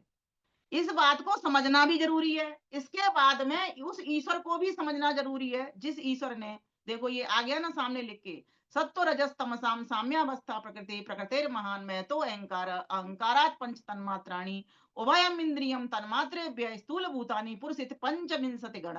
यही 25 तत्वों से इस पूरे संसार को परमपिता परमेश्वर ने निर्माण कर दिया। और वो परमपिता परमेश्वर स्वयं में अपना एक जो करता है सारे संसार का, और किसके लिए किया, तो जीवात्मा के लिए सारे संसार को बना दिया। बिना इन तीनों को जाने बगैर, इन तीनों तत्वों का विवेचन उसके अंदर है सांख्य दर्शन के भीतर। क्योंकि किसके लिए, आखिर किसके लिए ये सारा संसार बनाया, किसके लिए, तो उत्तर होगा जीवात्मा के लिए। और फिर किसने बनाया, क्योंकि जीवात्मा तो इतना बड़ा संसार बना नहीं सकती। सारे संसार की जीवात्मा, पूरे ब्रह्मांड की भी जीवात्मा मिल जाए, अल्पज्ञ होने की वजह से, कम ज्ञान होने की वजह से वो सारा संसार बना नहीं सकती, कम शक्ति होने की वजह से वो सारे संसार को बना नहीं सकती। तो फिर किसने, कोई तो कोई बड़ा शक्तिमान है जिसने इस सारे संसार को बना दिया, तो कहा वो परमपिता परमेश्वर है। तो इन तीन तत्वों को समझो, तीन तत्वों को, ये पूरे पूरे ज्ञान को लो। चूंकि मेरा विषय त्रैतवाद नहीं है, इसलिए मैं आज इस विषय को नहीं खोलूंगी, बस इतनी सी बात बताना चाहूंगी, क्योंकि आज का मेरा विषय है सांख्य दर्शन की वे शिक्षाएं, वे महत्वपूर्ण शिक्षाएं जिनके द्वारा हमारे जीवन में बदलाव आ सकता है, हमें विवेक वैराग्य उठ सकता है। तो पहला इसका हमें कारण समझेंगे, तब तो हम निवारण उसका करेंगे। जब तक हमको कारण ही नहीं पता कि संसार में इतना दुख पसरा हुआ है, किसी का किसी से वियोग हो रहा है, किसी की वस्तु का, किसी का व्यक्ति का, किसी का धन का, कभी किसी की किसी चीज का, इतना वियोग, इतना धन, इसमें दुख ही दुख चारों ओर भरा पड़ा हुआ है। ये जो दुख है ये भी 5 प्रकार के होते हैं। बाधना लक्षणम दुखम, ये भी एक प्रकार का दुख है। जहां जहां से प्रतिकूलताएं, बाधाएं, वो दुख होता है। दुख 2 प्रकार का भी होता है, शारीरिक मानसिक, शरीर से मिलने वाला, और मन से के कारण मिलने वाला। दुख 3 प्रकार का भी होता है, जिसको सभी आप और हम सब जानते हैं। कौन सा दुख, बोले कहते हैं दैहिक दैविक भौतिक तापा। ये 3 प्रकार के दुख, आध्यात्मिक, आदि भौतिक और आदि दैविक। ये 3 प्रकार के दुख हमें परेशान करते हैं। एक अपने कारण से मिलने वाले दुख, मानसिक दुख की कोटि में आ जाते हैं, वो आत्मिक कोटि में भी आ जाते हैं, है ना। जैसे अपने मन में कोई क्रोध आ रहा है, चिंता हो रही है किसी चीज की, या असावधानी के कारण, लापरवाही के कारण कहीं हमें जा रहे हैं, ठोकर लग गई हमको, अपनी गलती के कारण मिलने वाले दुख आध्यात्मिक की कोटि में आते हैं, ऐसे समझ लीजिए इसको, इतना सरल। दूसरा प्रकार का दुख जो होता है आदि भौतिक दुख, वो दूसरे भूतों से मिलता है, भूतों से अर्थात प्राणियों से। 2 प्रकार से मिलता है, अन्य प्राणियों से भी मिलता है, और अन्याय के कारण भी मिलता है। 2 प्रकार से हमको दुख मिलता है ये। तो ये आदि भौतिक में आ जाते हैं। जैसे किसी बिच्छू ने काट लिया, सांप ने काट लिया, किसी व्यक्ति ने हमें चांटा मार दिया, किसी ने हमारा अपमान कर दिया, हानि हमारी कर दी। और तीसरे प्रकार का दुख जो होता है वो कौन सा होता है, आदि दैविक। देवता कौन, जो जितने भी जड़ देव है हमारे, उनके कारण भी हमको दुख प्राप्त होता है। जैसे कहीं बाढ़ आ गई, भूकंप आ गया, है ना, कहीं पर ज्वालामुखी फट गया, कहीं अतिवृष्टि हो गई, कहीं अनावृष्टि हो गई। तो ये जब दैवीय प्रकोप जब चल जाते हैं, इनके कारण भी हमको दुख मिलता रहता है। इसी प्रकार से 4 प्रकार के दुख और भी होते हैं, लेकिन सिर्फ दुखों की चर्चा मेरा विषय नहीं है, इसलिए मैं शॉर्ट में थोड़ा थोड़ा बता रही हूँ इस बात को कि 4 प्रकार के दुख मैंने अभी पिछले मेरे वीडियो में सुन सकते हैं। परिणाम ताप संस्कार गुण वृत्ति विरोधाच दुखम एवं सर्वम विवेकिना, इसकी पूरी व्याख्या मेरी उस पे चैनल पे आपको मिल जाएगी, मेरे चैनल पर। उसके बाद में 4 प्रकार के दुख के बाद दुख 5 प्रकार के भी होते हैं, जिसका कि योग दर्शन में महर्षि पतंजलि ने बहुत बड़ा विस्तृत वर्णन किया है। अविद्या, अस्मिता, राग द्वेष, अभिनिवेश, पंच क्लेशाः कह करके उसको संबोधित किया है कि ये 5 प्रकार के दुख भी मनुष्य को पूरी तरीके से कचोड़ रहे हैं, और पूरे सूत्र के भीतर पूरी एक व्याख्या आ जाती, वो भी आपको मेरे चैनल पर मिल जाएगी। और हो सकता है मैंने कभी जितेंद्र भाई के चैनल पर भी बोली हो, इनके पर भी मिल सकती है, सरल सत्संग पर भी। तो प्यारे भाइयों बहनों, जब इतना दुख चारों ओर पसरा हुआ पड़ा है, तो इसका कारण तो निकालना पड़ेगा ना, इसका निवारण तो करना पड़ेगा ना, इस कारण का निदान तो निकालना पड़ेगा, समाधान तो निकालना पड़ेगा, जिससे कि आपको दुख प्रतीत न हो। उसके लिए बहुत बढ़िया शिक्षाएं हमें महर्षि कपिल ने सांख्य दर्शन के भीतर दे दी। मेरा बहुत ही ज्यादा पसंदीदा कुछ सूत्र हैं, उन सूत्रों को आज लेकर के मैं आपके समक्ष चर्चा करूंगी। तो आइए कारण की ओर बढ़ते हैं। इसका समाधान है विद्या। किसी भी दुख को समाप्त करने के लिए विद्या ही उसका समाधान होता है, और दूसरे अर्थों में विद्या का अगर नाम दें तो विवेक। यथार्थ ज्ञान, शुद्ध ज्ञान, सत्य ज्ञान, जो कि हमें आर्ष ग्रंथों से मिलते हैं, वेद के अनुकूल जितने भी हमारे दर्शन शास्त्र हैं, उपनिषद हैं, ब्राह्मण ग्रंथ हैं, ब्राह्मण संहिताएं, उनमें सभी में ये ज्ञान हमको प्राप्त शुद्ध हो जाता है, जिसका कि महर्षि दयानंद ने बहुत बड़ा विस्तृत वर्णन हमारे समक्ष किया हुआ है। तो कहते हैं कि सांख्य दर्शन में महर्षि कपिल कहते हैं कि वे कौन कौन से ऐसे विवेक किस प्रकार से उठाया जाए, कौन से वे तत्व हैं, कौन सी वे बातें हैं जिनके कारण व्यक्ति को विवेक हो तो दुख ना सताए उनको। तो उन्होंने एक बहुत बढ़िया सूत्र दिया सांख्य दर्शन के 4थे अध्याय में, निकाल लीजिए जितेंद्र भाई, 5वां सूत्र है, शेनवत सुख दुखी त्याग वियोगाभ्याम।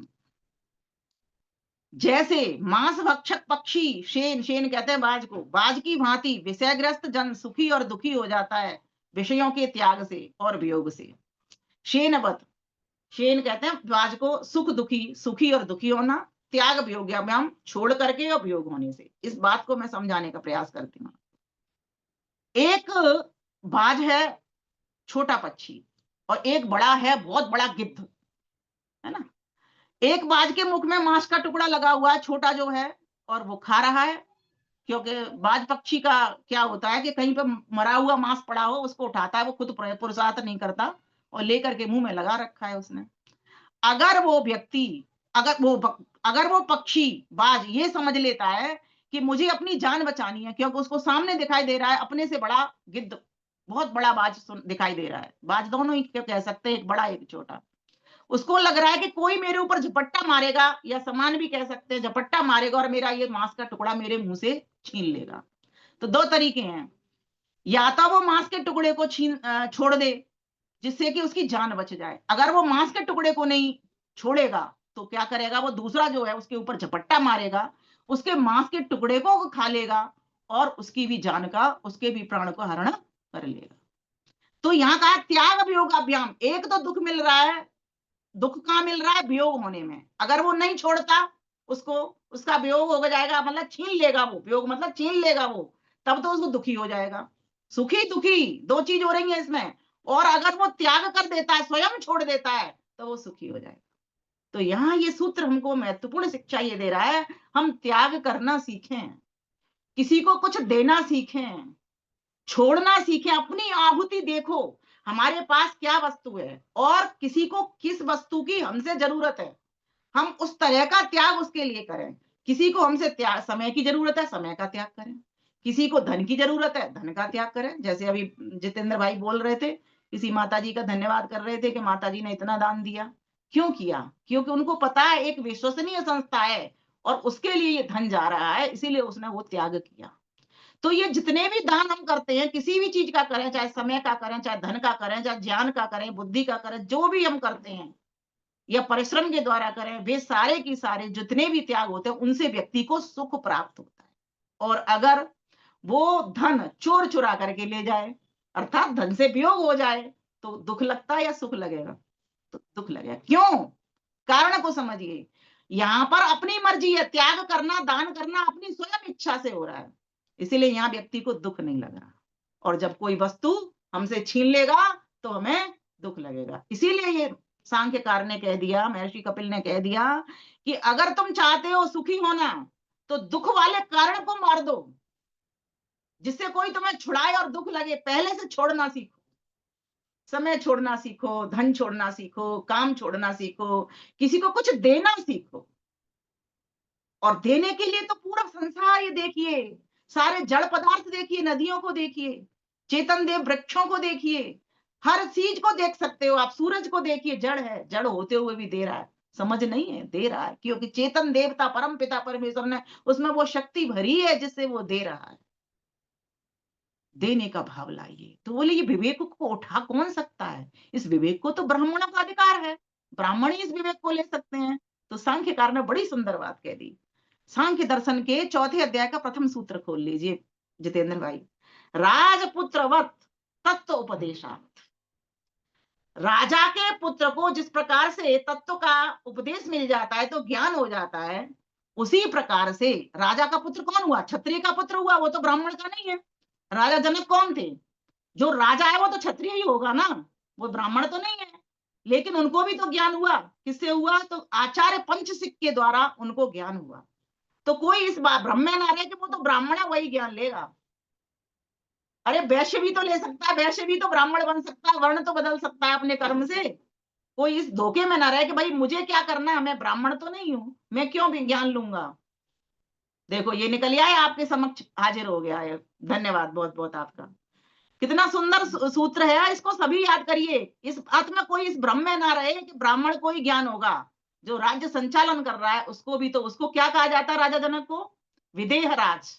क्यों कहा जाता है विदेह? विदेह कौन बनता है? जिसको विवेक हो जाता है ये जितना भी राजपाट है ये सब मेरे साथ जाने वाला नहीं है, ये सब यहीं रह जाने वाला है। इसीलिए राजा जनक महल में रहते हैं, पत्नी के साथ रहते हैं, लेकिन असंग रहते हैं, संग दोष से बचे रहते हैं। संग रहना भी एक दोष में आता है शास्त्र की भाषा में, संग दोष से बचे रहते हैं। और जिनके पास पत्नी नहीं पति नहीं, वो तो यही सोच करके रहते हैं कि अरे भगवान ने हमारी छुट्टी कर दी, हम तेरा भजन तो कर पा रहे हैं। वो इस तरह से अपने मन को समझा रहे हैं। तो देखो ये कितनी महत्वपूर्ण शिक्षा है, इस संसार में जीने का मार्ग प्रशस्त कर रही है। तुम कभी भी इस बात को मन में मत लाना कि मैं ब्राह्मण नहीं हूं, मैं विद्वान नहीं हूं, मैं वेद का ज्ञानी नहीं हूं, मैं कोई ध्यानी नहीं हूं, मैं कोई तपस्वी नहीं है। अरे मैं ज्ञानी बन सकता हूं, मैं ध्यानी बन सकता हूं, मैं तपस्वी बन सकता हूं। उसके लिए उदाहरण दे दिया, बोले जो क्षत्रिय होते हैं वे भी तो ज्ञान प्राप्त करते हैं। और ये जो विद्या का कर्म है, स्वाध्याय का कर्म है, मनु महाराज ने तो सबके लिए बताया हुआ है। ये जो वेद का ज्ञान है परम पिता परमेश्वर ने चारों वर्णों को दिया। चारों वर्णों छोड़ दो, जो अरण्य में रहते हैं उनके लिए भी दिया है। यथेमाम वाचम कल्याणी मावदानी जनभ्य, ये उसका मंत्र है वेद का। तो जब सभी के लिए दिया, सभी वर्णों के लिए दिया, सभी मनुष्य मात्र के लिए दिया, तो कोई एक बपौती ना समझ ले। ऐसा हमारे समाज में ये भ्रम था, फैला हुआ था कि ब्राह्मणों ने इसके ऊपर अपना अधिकार कर लिया था। इसलिए भाइयों बहनों उठो, हम भी ब्राह्मण हो सकते हैं। जैसे राजा जनक को गुरु आचार्य मिल गए, उनके पंचसिक आचार्य मिल गए, उन्होंने उनको उपदेश दिया, उनका जीवन परिवर्तित हो गया, उनको विवेक हो गया। और राजमहल में वही विवेक उनकी बेटियों को भी हो गया, जिससे वो अपने राज्य का अच्छी प्रकार से संचालन कर पाई और एक जैसे पत्नी होती है, पत्नियों का धर्म निभा पाई, अपना कर्तव्य कर पाई। नहीं तो उर्मिला जैसी पत्नी देखो, बिना लक्ष्मण के इतना इतना समय बिता देती हैं। सीता जी तो फिर भी साथ गई हैं, लेकिन वन में जाना भी कोई कम नहीं है, लेकिन बिना पति के रहना भी बहुत बड़ा कठिन दुस्साहस का कार्य है जो उन्होंने करा। तो भाइयों बहनों मैं यही बताना चाहती हूँ कि महर्षि कपिल ने सांख्य दर्शन के भीतर इतने इतने सुंदर सुंदर, और देखिए कोई ये भी ना सोचे कि मैं पैसे वाला हूं, मैं ही विद्या ले सकता हूं, मैं बड़ा आदमी हूं, मेरे को ही गुरुजी पढ़ाने आ सकते हैं। अरे गुरुजी तो उनको का भी, वो भी अपना कल्याण कर जाते हैं। जैसे पिशाचवत, दूसरा सूत्र खोलेंगे आप, पिशाचवत अन्यार्थो उपदेशे भी। जैसे एक पिशाच को भी हो गया, पिशाच कहते हैं किरात और भील नाम के जो शूद्र लोग होते हैं, मतलब सेवा देने वाले लोग होते हैं। शूद्र से मतलब कोई नीची जाति नहीं।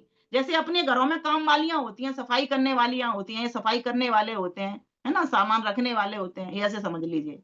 तो सेवक को भी ज्ञान, अगर कोई व्यक्ति, उसका स्वामी किसी गुरु से पढ़ रहा है तो सुनते सुनते सुनते सुनते उसको भी ज्ञान हो जाता है। इसीलिए ये बात पर भी मत आना कि मेरे पास इतना पैसा नहीं, मैं बड़ा नहीं, तो मैं ज्ञान नहीं ले सकता। मैं भी विवेक कर सकता हूं, मैं क्यों नहीं कर सकता। मैं छोटा हूं तो क्या हो गया, मेरे पास पुस्तकें नहीं है तो क्या हो गया, मैं लाइब्रेरी में जाके बैठ जाऊंगा, कोई बात नहीं। मैं यूट्यूब पे चल रहे हैं यहां से निकाल लूंगा। और मेरे पास मोबाइल भी नहीं है तो भी कोई बात नहीं, मेरी मालिकियां मोबाइल है, वो सुनती है, मैं उनके साथ बैठ जाऊंगा, वहां भी सुन लूंगा। देखो कितनी बड़ी शिक्षा है, इतना बड़ा चिंतन मेरे को इसमें से निकलता है कि वास्तव में कमाल कर दिया महर्षि कपिल ने सांख्य दर्शन के भीतर चौथे अध्याय में, कि पिशाच के समान अन्य के अर्थ उपदेश में भी भला होता है, विवेक पैदा हो जाता है। पिशाच किसको कहते हैं? शूद्र जाति के लोगों को, अर्थात जो सेवक हैं, जो सेवा कार्य में लगे हैं, जो निर्धन है, ऐसे लोगों को भी ज्ञान हो जाता है। इसीलिए भाइयों बहनों, और कहा, अगर आप सोचते हो कि भाई मैं तो कल से पढ़ रहा था, मुझे तो याद नहीं हुआ, तो महर्षि कपिल क्या कह देते हैं? आवृत्ति असकृत उपदेशात, अनेक बार के उपदेश से आवृत्ति करनी चाहिए। अभी जल्दी मत चलाइए रील को, आराम आराम से, जिससे मैं उसकी व्याख्या कर पाऊं। एक बार के उपदेश से ज्ञान होने से उपदेश की आवृत्ति नहीं होगी। आवृत्ति का मतलब होता है बार बार। देखो इसमें दो शब्द समझिए, सकृत माने एक बार, असकृत माने अनेक बार, बहुत बार। जब हम किसी करत करता अभ्यास के जड़ मत हो सुजान, कोई सोचता है ना मेरे पास तो बुद्धि नहीं है, मैं कैसे सीखूंगा, मैं कैसे वेद का ज्ञान लूंगा। अरे तुम अभ्यास करोगे ना, अभ्यास करते करते तो आप कुएं पे से जब खींचा जाता है तो कितना गड्ढा बन जाता है, वहां पर सिल्वर पड़त निशान, कितना बड़ा निशान बन जाता है। तो जब आप बुद्धि को चलाते रहोगे, ओम का जप करते रहोगे, तो आपको एक दिन ओम अपना दर्शन स्वयं दे देंगे, अपना अनुभव अपने आप करा देंगे। मैं ऐसा मानती हूँ। इसीलिए खूब आवृत्ति कीजिए, कोई भी चीज सामने मत लाइए कि मैं ब्राह्मण नहीं हूँ, कि मैं बुद्धिमान नहीं हूँ, कि मैं छोटा आदमी हूँ, मैं बड़ा आदमी नहीं हूँ। ऐसी कोई भावना मन में मत लाइए, आप विवेक करिए, क्योंकि मनुष्य का जो चोला मिला है विवेक करने के लिए मिला है। और विवेक करने के साथ साथ विवेक होगा तो क्या होगा, दुख छूट जाएंगे। हम आए किस लिए हैं? पहला सूत्र निकालिए जितेंद्र भाई, सांख्य दर्शन के प्रथम अध्याय का प्रथम सूत्र, अथ त्रिविध दुख अत्यंत निवृत्ति अत्यंत पुरुषार्थ। पुरुषार्थ, ये पुरुष का प्रयोजन, अर्थ माने प्रयोजन, उद्देश्य, पुरुष माने पुरुष, परमात्मा के लिए नहीं है। यहाँ पर परमात्मा का प्रयोजन नहीं, यहाँ आत्मा का, जीवात्मा का प्रयोजन क्या है, सभी दुखों से छूटना। मैं ऐसे कैसे कह रही हूँ कि आत्मा के लिए है, जब पुरुष शब्द मैंने दो की व्याख्या बताई, इसीलिए कि परमेश्वर तो दुखों से छूटा हुआ है, उसके पास तो एक भी क्लेश नहीं है। क्लेश कर्म विपाक सही अपरामिष्टा पुरुष विशेषो ईश्वर, ये योग दर्शन में हमें को महर्षि पतंजलि ने ये वाली बात बता दी, वो तो छूटा पड़ा है। क्यों? क्योंकि उसमें एक भी क्लेश नहीं है। अविद्या, अस्मिता, राग, द्वेष, अभिनिवेश, पांचों क्लेश उसके भीतर नहीं होते, पंच क्लेशों से वो रहित बना रहता है। कोई भी सकाम कर्म नहीं करता जिससे पुण्य पाप का फल भोगेगा, उसको आवश्यकता नहीं। आवश्यकता किसको होती है? आवश्यकता उसको होती है जिसके पास कमी है। जरूरतों को पूरा करने के लिए हम उस आनंद की खोज के लिए तो बढ़ रहे हैं। हमारे पास अल्पज्यता है, अल्प ज्ञान है, अल्प सामर्थ्य है, अल्प शक्ति है, अल्प वस्तुएं हैं, तो हम कहाँ जाना चाहते हैं? बहुत बड़े के पास जाना चाहते हैं। समझने की बात है ये। तो कहा कि पिशाचवत आवृत्ति असकृतोपदेशात, बार बार पढ़िए। किसी भी एक चीज एक बार से समझ में नहीं आ रही, जैसे छोटे बच्चे को रटाया जाता है, बेटा ये तोता है, ये तोता है, उसकी माँ 36 बार रटाती है, अपने आप को छोटा बालक समझ लीजिए। मुझे ये सूत्र याद करना, जो आज मैं सूत्र बोल रही हूँ, इस मेरे वीडियो को बार बार चलाना, मैं आपको कह रही हूँ। एक बार विवेक उठाइए इन सूत्रों के द्वारा। महर्षि कपिल को विवेक हुआ, वेदों का ज्ञान लिया, उस वेदों के ज्ञान को वो अपने इसमें अध्याय में डालते हैं, बताते हैं कि 3 दुखों को छूटने के लिए, छुड़ाने के लिए, अतः त्रिविध दुख, आध्यात्मिक, आदि भौतिक और आध्यात्मिक, तीनों दुखों से छूटने के लिए मनुष्य आया है। उसके लिए क्या करना पड़ेगा? उस प्रयोजन की ओर बढ़ना पड़ेगा। और वो प्रयोजन क्या है? एकमात्र ईश्वर की प्राप्ति, ईश्वर के आनंद की प्राप्ति। और वो कैसे होगी? जब व्यक्ति कभी दुखी नहीं होगा, हमेशा प्रसन्न होगा। प्रसन्न रहने का भी महर्षि पतंजलि ने अपने योग दर्शन में सूत्र दे दिया है, मैत्री करुणा मुद्रा उपेक्षाणाम सुख दुख पुण्य पुण्य विषयाणाम भावना तश्चित्त प्रसादनम। इस तरह से वहां पर भी एक सूत्र आपको मिल जाएगा कि सुखियों से मित्रता कर लो, उनसे जलो मत, ईर्ष्या मत करो उनके साथ में, करुणा, दुखी जो लोग हैं उनके प्रति करुणा उठाओ, दया करो, दया का भाव अपने अंदर पैदा करो, मुदिता, और जो अच्छा कार्य कर रहे हैं, जैसे भाई जितेंद्र जी जैसे अच्छा कार्य कर रहे हैं, ऐसे अच्छे कार्य, अच्छे लोगों का शाबाशी दो, इनको देख करके प्रसन्न हो जाओ, मौज मनाओ, इनकी बार बार चर्चा करो, इनके संगठन की चर्चा करो, आगे बढ़ाओ, इसको बात को बताओ, खूब प्रचारित प्रसारित करो अच्छे कार्यों को, सज्जन व्यक्तियों के खूब यशगान करना प्रारंभ कर दो, आपका नर्तन सफल हो जाएगा। यही बता रहे हैं सांख्य दर्शन में महर्षि कपिल हमको। मैत्री करुणा मुदिता उपेक्षाणाम, और उपेक्षा कर दो। जो बुरे व्यक्ति हैं, दुष्ट व्यक्ति हैं, ऐसे व्यक्तियों से क्या लेना देना? हम तो मोक्ष मार्ग के पथिक होने के लिए आए हैं।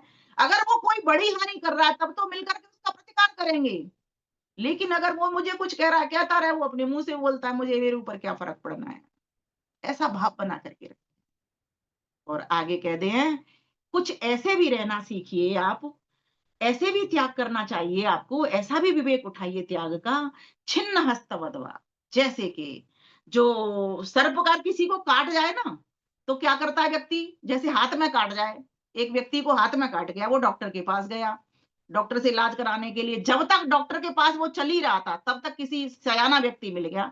सयाना भी ना, चतुर व्यक्ति। सयाना का मतलब ये नहीं जो फालतू में बहकाते रहते हैं, जो परेशान करते हैं, सयाना वाला चतुर व्यक्ति मिल गया। उसने कहा भाई इसका हाथ काट दो जिससे इसका शरीर बच जाए, जान बच जाए इसकी। तो उसका हाथ काट दिया और वो सुखी हो गया। तो किससे हुआ? ये त्याग से। एक त्याग किया ना, अगर वो हाथ नहीं काटे तो पूरा शरीर उसका खत्म हो जाए। तो कहा छिन्न हस्तवदवा, इस हाथ को काट दो। अगर कोई विषधर तुमको काट जाए, अगर कोई व्यक्ति तुम्हारा अपमान कर दे, तो समझो अपने चित्त पर से उस बुरी भावना को काट दो। ऐसे विवेक उठाइए। उसका काम है। महर्षि दयानंद को कितने जहर के प्याले दिए, कितनी गालियां दी, महान पुरुषों को कितनी गालियां देते हैं लोग, कितने विष पिलाते हैं। ये तो हमारे तो खुद प्रत्यक्ष हमारे गुरु ऋषि दयानंद है, हमको तो दिखाई देते हैं ये सब। लेकिन वो विचलित नहीं हुए, पथ से डगमगाए नहीं, वो आगे और आगे बढ़ते चले गए। सत्य की खोज करने के लिए निकले थे। जब तक लक्ष्य नहीं मिल गया तब तक बढ़ते रहे, चाहे आंधियां आई या चाहे तूफान आए, चलते ही गए। तो महर्षि कपिल यही बताना चाह रहे हैं, कुछ त्याग करना सीखो। विवेक, जब तक तुमको ये देने का विवेक नहीं होगा कि ये मनुष्य का शरीर मुझे देने के लिए मिला है, तब तक आप कुछ कर ही नहीं पाओगे।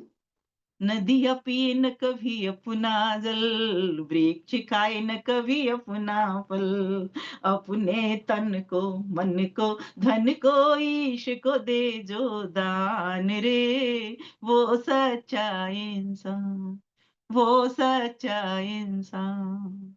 इसलिए त्याग भावना लाइए, त्याग भावना लाओगे तो सुखी हो जाएंगे। अन्यथा तो वियोग होना ही होना है। चीज तो छिनने वाली है, चीज तो छूटने वाली है, तुम नहीं छोड़ोगे। एक सेकंड, पता नहीं फोन कहाँ से कटेगा। कट तो गया, मेरी रील कैसे खुल, हाँ खुल। छिन्न छिन्न, थोड़ा सा मोबाइल के बारे में कम जानकारी रहती है, तो मैं ये सोचने लगी कैसे काटूं इसको, क्योंकि वो चला भी गया, सामने से दिखाई नहीं दे रहा। तो कहने का है त्याग करना सीखो। जितना जितना त्याग करेंगे उतने उतने सुखी हो जाएंगे। इस बात को ऐसे समझिए, जितनी मात्रा में जिस वस्तु का त्याग करेंगे वहां वहां से आपको सुख की प्राप्ति हो। ऐसे विवेक उठाइए। तो विवेक उठाओगे तो आपको वस्तु छूट रही है आपसे, छोड़ते चले जा रहे हो आप, अब आपको कोई दुख लग नहीं रहा है। और फिर एक और बात बड़ी मस्त कह दी वहां पर, अहिर निल्य वैनीवत। अहिर सांप को कहते हैं, जैसे सांप अपने लिए घर नहीं बनाता, और यहाँ सांप की उपमा किसके लिए दी है? ऐसे विवेकी व्यक्तियों के लिए दी गई है जैसे सन्यासी वगैरह अपना घर नहीं बनाते, लेकिन वसुधैव कुटुम्बकम, पूरी वसुधा को अपना कुटुंब मानते हैं।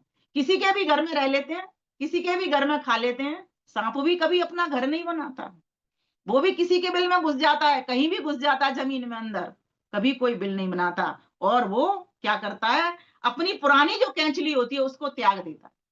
जो उसकी, जैसे सांप पैदा होता है ना, क्या करता है, उसके कैंचुली में लिपटा होता है। जैसे हम लोगों का बच्चे भी एक उसमें जरायु में लिपटे होते हैं, ऐसे उसकी कैंचुली होती है। तो वो जो कैंचुली को अपनी को छोड़ देता है तो स्वतंत्र होकर के विचरने वो लग जाता है। तो कहा अहिर निल्य वैनीवत, जिस प्रकार से सांप अपनी पुरानी कैंचुली को त्याग करके सुखी हो जाता है, वैसे ही हम भी, ये हमारा जो संसार है चारों तरफ ये जो भरा पड़ा है, ये सारा की सारा संसार ही तो हमारी कैंचुली है। इसी में तो बंधन में पड़े हुए हैं, इसी चक्र से तो हम छूट नहीं पा रहे हैं। इसी बंधन को मेटना है, इसी बंधन को हमको मारना है। तो कहा इसके लिए क्या करना होगा, अब विचार पे आती हूँ। तो मैंने आपको ये एक तो चीज बताई कि त्याग करना होगा। दूसरी बात क्या करनी होगी, हमें उन साधनों का चिंतन नहीं करना जिन साधनों से हम बंधन में पड़ते हैं। बड़ी महत्वपूर्ण बात कह दी महर्षि कपिल ने तो, कि उन साधनों में नहीं पड़ना जिन साधनों से हमारा बंधन होता है। तो बोले किस प्रकार से, तो उसका उदाहरण दिया बड़ी सुंदर कहानी के रूप में। मेरे साथ बोलेंगे मन मन में, असाधनानु चिंतनम बंधाय भरतवत, असाधनानु चिंतनम बंधाय भरतवत। भरत 3 प्रकार के नाम सुनने में आते हैं। एक रामायण कालीन भरत, राम जी के भाई भी सुनने में आते हैं, शकुंतला के पुत्र भरत भी सुनने में आते हैं। एक भरत का यहाँ पर मुनि की बात चर्चा चल रही है।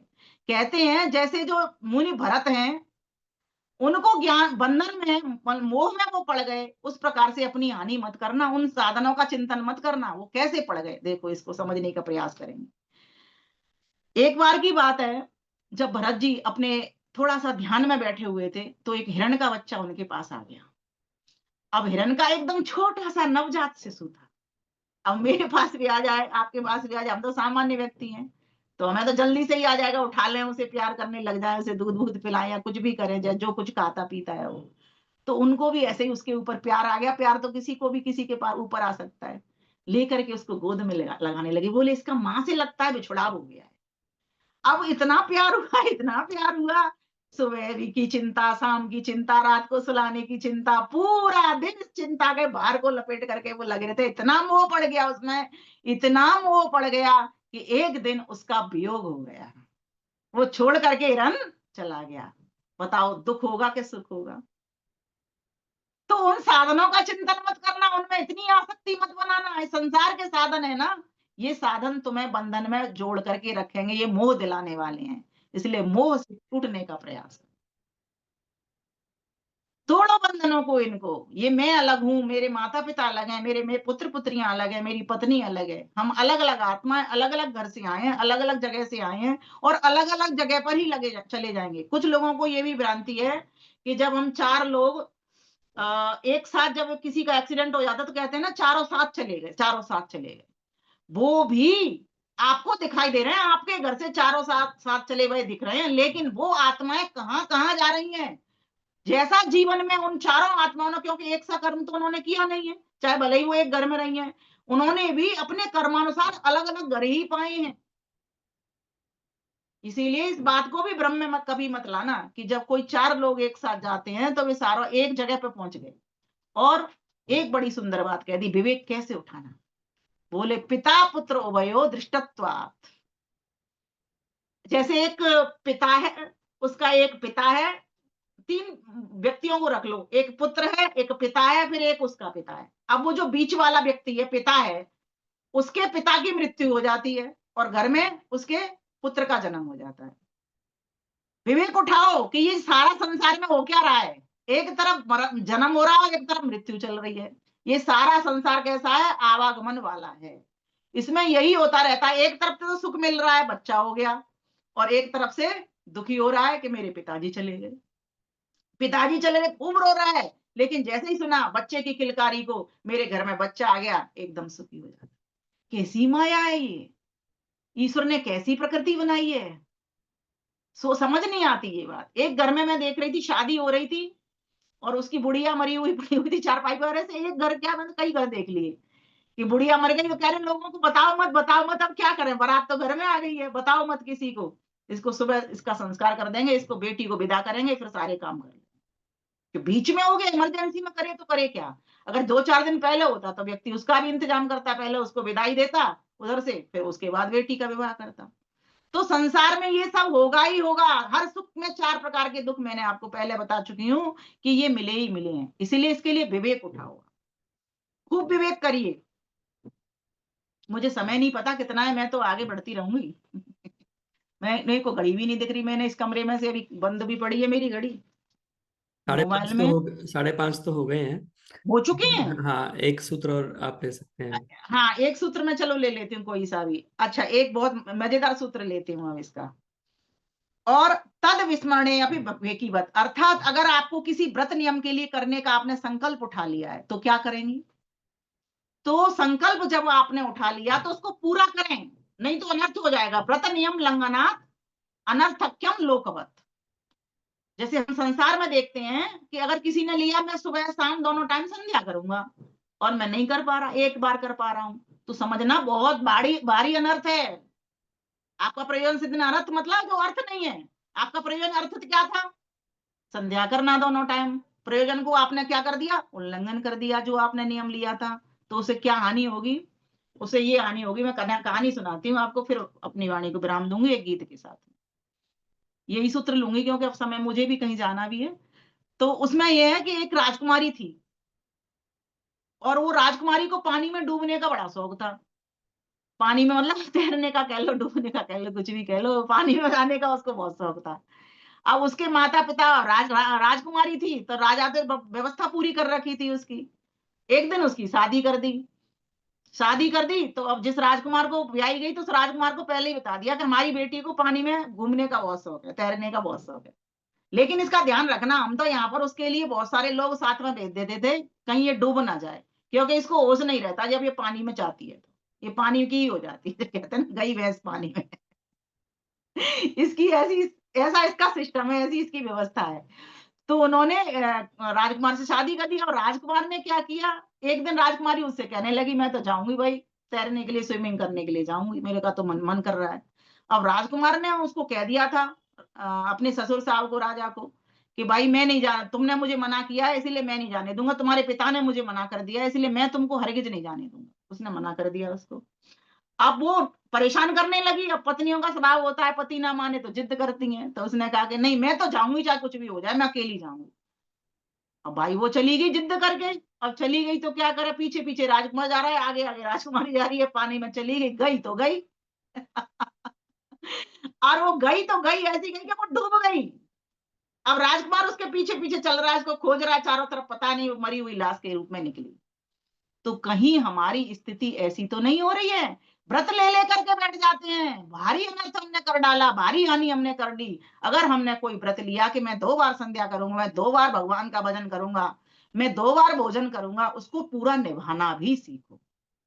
जब तक जीवन में विवेक क्या उठाना, महत्वपूर्ण शिक्षाएं क्या है? जब तक जीवन में आपके में त्याग नहीं, जब तक जीवन में आपके में व्रत नियम नहीं, जब तक आपके भीतर ये भावना नहीं कि मैं भी कर सकता हूं इस कार्य को, संहार के रूप में कर रही हूँ इस बात को, अब मैं समाहार कर रही हूँ इसको, कि जब तक मेरे मन के भीतर ये नहीं आया कि मैं भी कर सकता हूँ, जब वो कर सकता है तो मैं भी कर सकता हूँ। एक तो ये विचार से दृढ़ करिए अपने आप। दूसरा, त्याग भावना मन के भीतर लाइए। त्याग करोगे तो सुख पाओगे। ये विवेक उठाइए। ये संसार तो आवागमन का चक्र है, यहाँ कोई वस्तु मेरी नहीं है। संसार से स्वस्वामी संबंध मत बनाइए, परमात्मा से स्वस्वामी संबंध बनाइए। बना सकते हो तो, कि वो मेरा पिता, मैं उसका पुत्र, सारी संपत्ति उसी की है, सारा ज्ञान विज्ञान बुद्धि उसी की है, सारी जो जितना भी कुछ दिखाई दे रहा है ना, उसी के कारण से है। ये जो 2 हाथ है ना, पूरे टाइम ईश्वर प्रधान में रहना सीखिए। जब तक हम ईश्वर प्रधान में नहीं रहते, ईश्वर प्रधान क्या, एक व्यक्ति किसी के घर जा रहा है, अब कहानी में कहानी शुरू हो जाती है, इसलिए मैं बंद कर रही हूँ इसको। बस ईश्वर को समर्पित भाव से रहिए। जैसे गीता में कृष्ण ने कह दिया, यत् करोसि यदस्नासि यत् जोसि ददासि यत् तपस्यसि कौन्तेय तत् कुरुष्व मदर्पणम्। जो कुछ खाना पीना, चलना उठना बैठना, सब कुछ ईश्वर को समर्पित करके चलते रहिए, आगे बढ़ते रहिए। आइए गीत के साथ। स्वरचित रचना है, सारे जहां के मालिक तर्ज है इसकी। भगवान से कभी कभी प्रार्थना भी कर लिया करो। देखो अपनी नाव को, तुम्हारी नैया कितने हिचकोले खा रही है, देखो तो सही। मेरी नाव भंवर उलझी, दे दो प्रभु सहारा, तेरा ही आसरा है, तू ही सखा हमारा।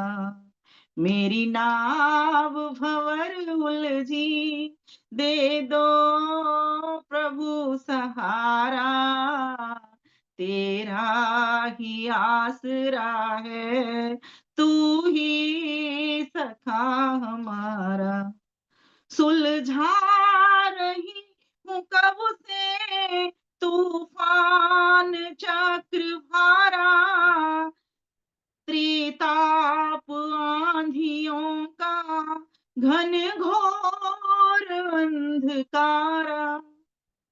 डर है, डर बहुत गिर न जाऊं, डर बहुत गिर न जाऊं, पकड़ो ये कर हमारा। मेरी नाव भंवर उलझी, दे दो प्रभु सहारा, तेरा ही आसरा है, तू ही सखा हमारा। सुख दुख के बहुत पेड़े, डगमग ये नाव मेरी, हिचकोले खा रही है, कहीं हो न जाए देरी। आकर प्रभु संभालो, आकर प्रभु संभालो, माझी तू ही किनारा, तेरा ही आसरा है, तू ही सखा हमारा।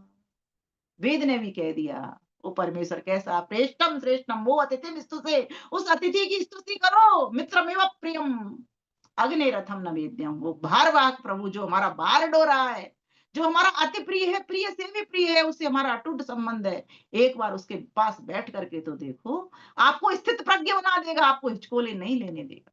आगे कहा, सुन लो पुकार पुकार मेरी, जिम्मेवारी सौंपना सीखिए। सुन लो पुकार मेरी, ये जिम्मेवारी तेरी, ये नाव भी तुम्हारी, नदियां भी तो है तेरी। ये है ईश्वर प्रधान। सुन लो पुकार मेरी, ये जिम्मेवारी तेरी, ये नाव भी तुम्हारी, नदियां भी तो है तेरी। जिससे पुकारती हूँ, स्वर भी तो है तुम्हारा, तेरा ही आसरा है, तू ही सखा हमारा। जिससे पुकारती हूँ, स्वर भी तो है तुम्हारा, तेरा ही आसरा है, तू ही सखा हमारा।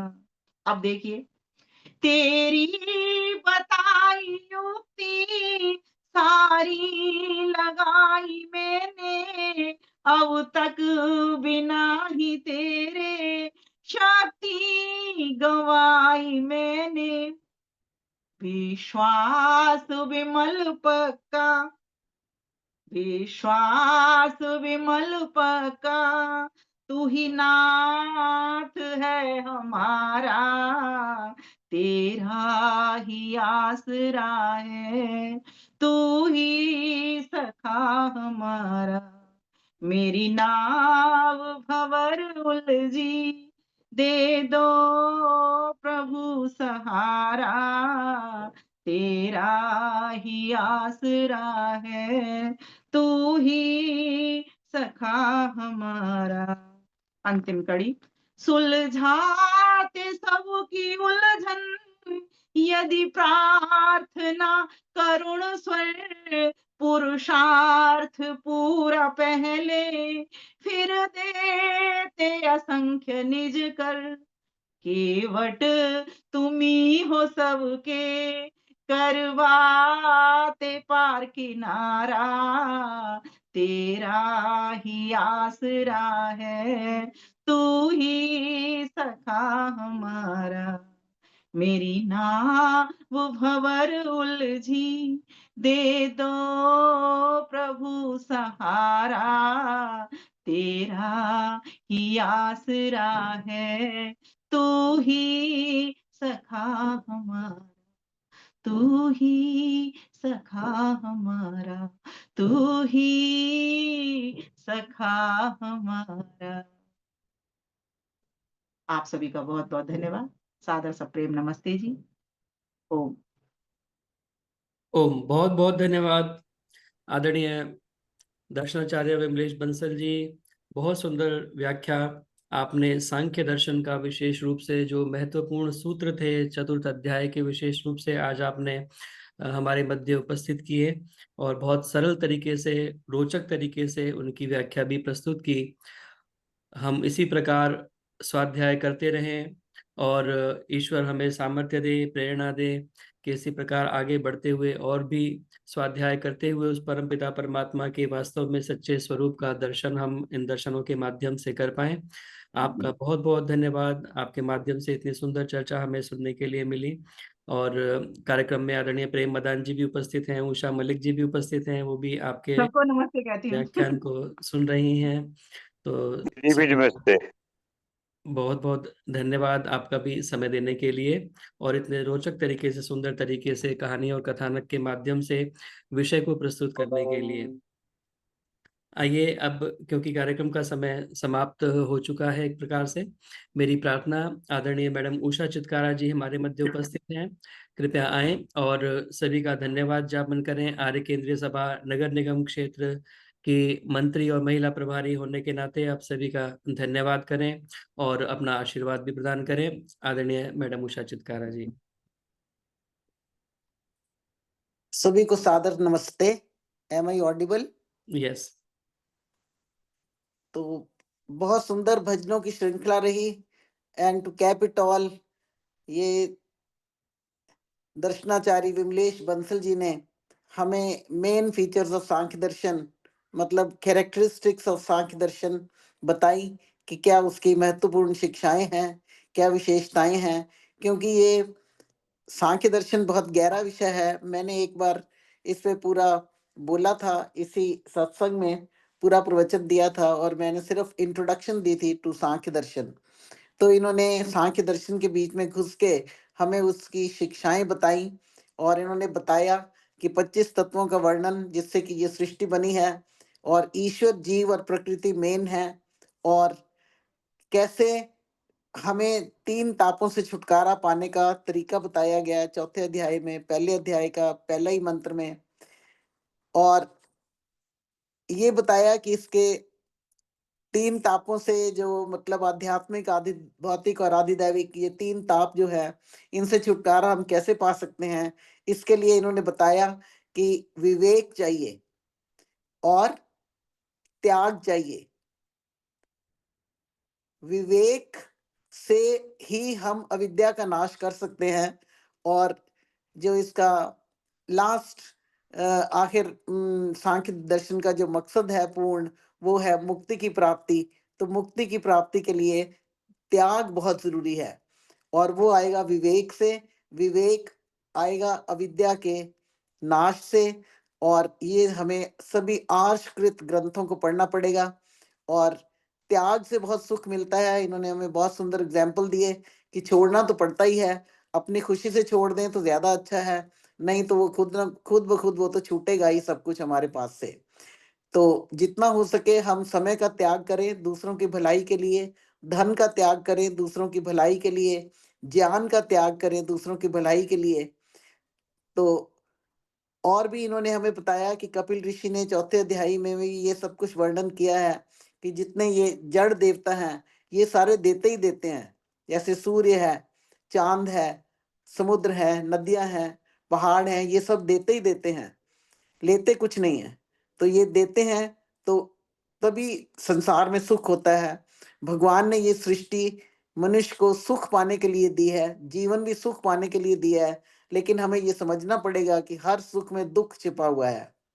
तो दुखों से छुटकारा करने की जो तरीका है वो पहले अध्याय के पहले ही सूत्र में उन्होंने बताया कि अथ त्रिविध दुखों की अत्यंत निवृत्ति के लिए हम क्या क्या करें। तो इसको इन्होंने सम टोटल करके हमें दर्शनाचार्य बंसल जी ने बहुत सुंदर तरीके से उसको समझाया, एग्जाम्पल भी दिए, और इतने बड़े ग्रंथ को इतने थोड़े शब्दों में मानो गागर में सागर भर दिया, बहुत सुंदर तरीके से बताया। अगर हम आज के इस प्रवचन में से 1-2 शब्द भी हम अपने साथ ले जाएं और उन पे मनन करें। हम कहते हैं कि वेदों का पढ़ना पढ़ाना सुनना सुनाना आर्यों का परम धर्म है, तो यहीं पे ये बात खत्म नहीं हो जाती। सुनना सुनाना पढ़ने पढ़ाने से काम नहीं होगा, उसका मनन करना बहुत जरूरी है। ये ऋषि दयानंद ने सोचा था कि कुछ जो पढ़ने वाले लोग होंगे वो काफी जागरूक होंगे, उनको वो मनन अपने आप ही कर लेंगे इस पे। लेकिन अगर हमें समझ नहीं आई तो हमें ये मनन का वर्ड ऐड कर लेना चाहिए। सुनना सुनाने से सिर्फ काम नहीं बनेगा, उस पे मनन करना बहुत जरूरी है। तो आज के इस प्रवचन में से अगर हम 1-2 शब्द भी अपने साथ ले जाएं, जैसे त्याग से सुख मिलता है, बड़ी साधारण सी बात है कि हमने किसी को दान दे दिया तो उससे हमें सुख मिलेगा, नहीं तो कोई वैसे ही चोर चोरी करके ले जाएगा, पैसे वैसे ही चले जाएंगे, किसी बीमारी में खर्च हो जाएंगे। इससे अच्छा कि आप किसी अच्छी जगह पे लगा दो, तो उससे मन को शांति मिलेगी, सुख मिलेगा और मुक्ति का जो मार्ग है वो अपने आप बनना शुरू हो जाएगा। इसी तरीके से हमें समय का भी त्याग करना चाहिए। कहते हैं ना, मैं बोलती होती हूँ, तन से सेवा करो, मन से सद्भावना, धन से हरिये दुखी दीन की दीनता, करिए संतुष्ट भगवान के भक्तों को, तुमसे संतुष्ट भगवान हो जाएगा। तो इसी तरीके के ये जो भजन हमारी बहनों ने बोले वो सारे अपने आप में भी एक उपदेश थे।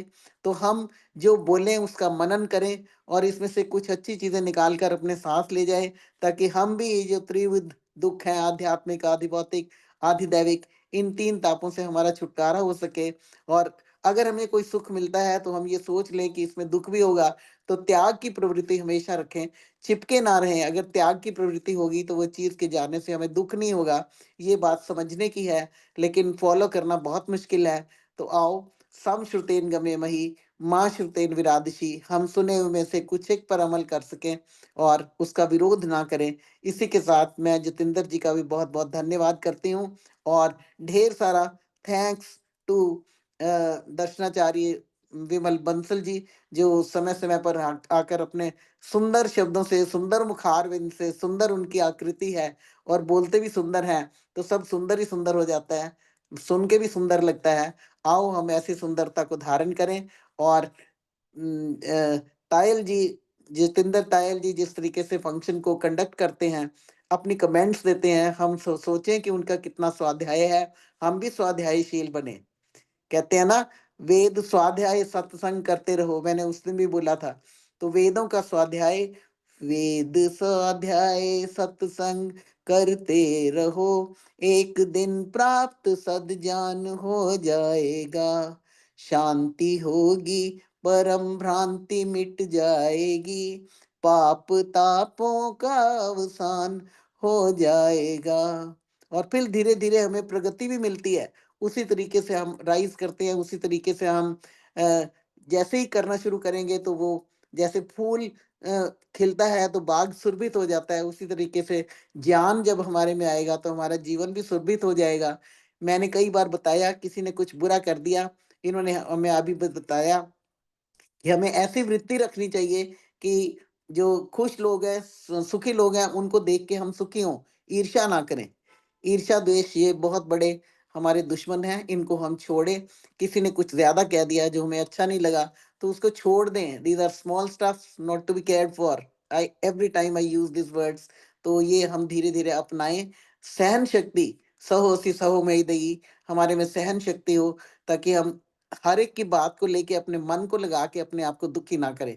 हमें ऐसी भगवान बुद्धि दे और ऐसी हमें विवेक दे कि हम सुने हुए पे अमल कर सकें। इसी के साथ मैं पुनः अपनी बहनों का सुंदर भजनों के लिए, भाइयों का हमें कंपनी देने के लिए, जितेंद्र जी का कंडक्ट करने के लिए और विदय जी का इतना सुंदर प्रवचन देने के लिए सभी का दिल से आभार व्यक्त करती हूँ। सभी को सादर नमस्ते।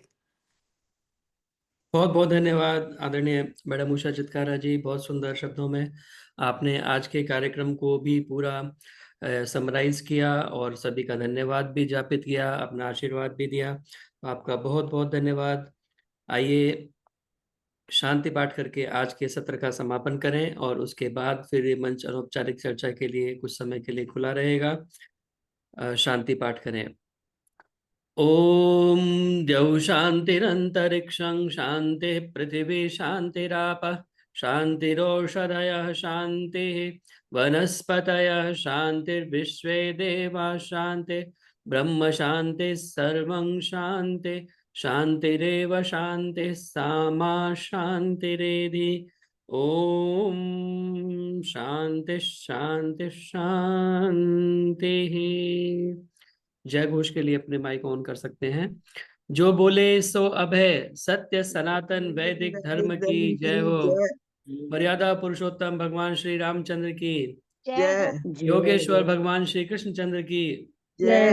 गुरुवर विरजानंद की जय हो। युग प्रवर्तक महर्षि प्रवर देव दयानंद की जय हो। भारत माता की जय हो। गौ माता का पालन आर्य समाज अमर रहे, की ज्योति जलती रहे, ओम का झंडा ऊंचा रहे। प्रणव ध्वनि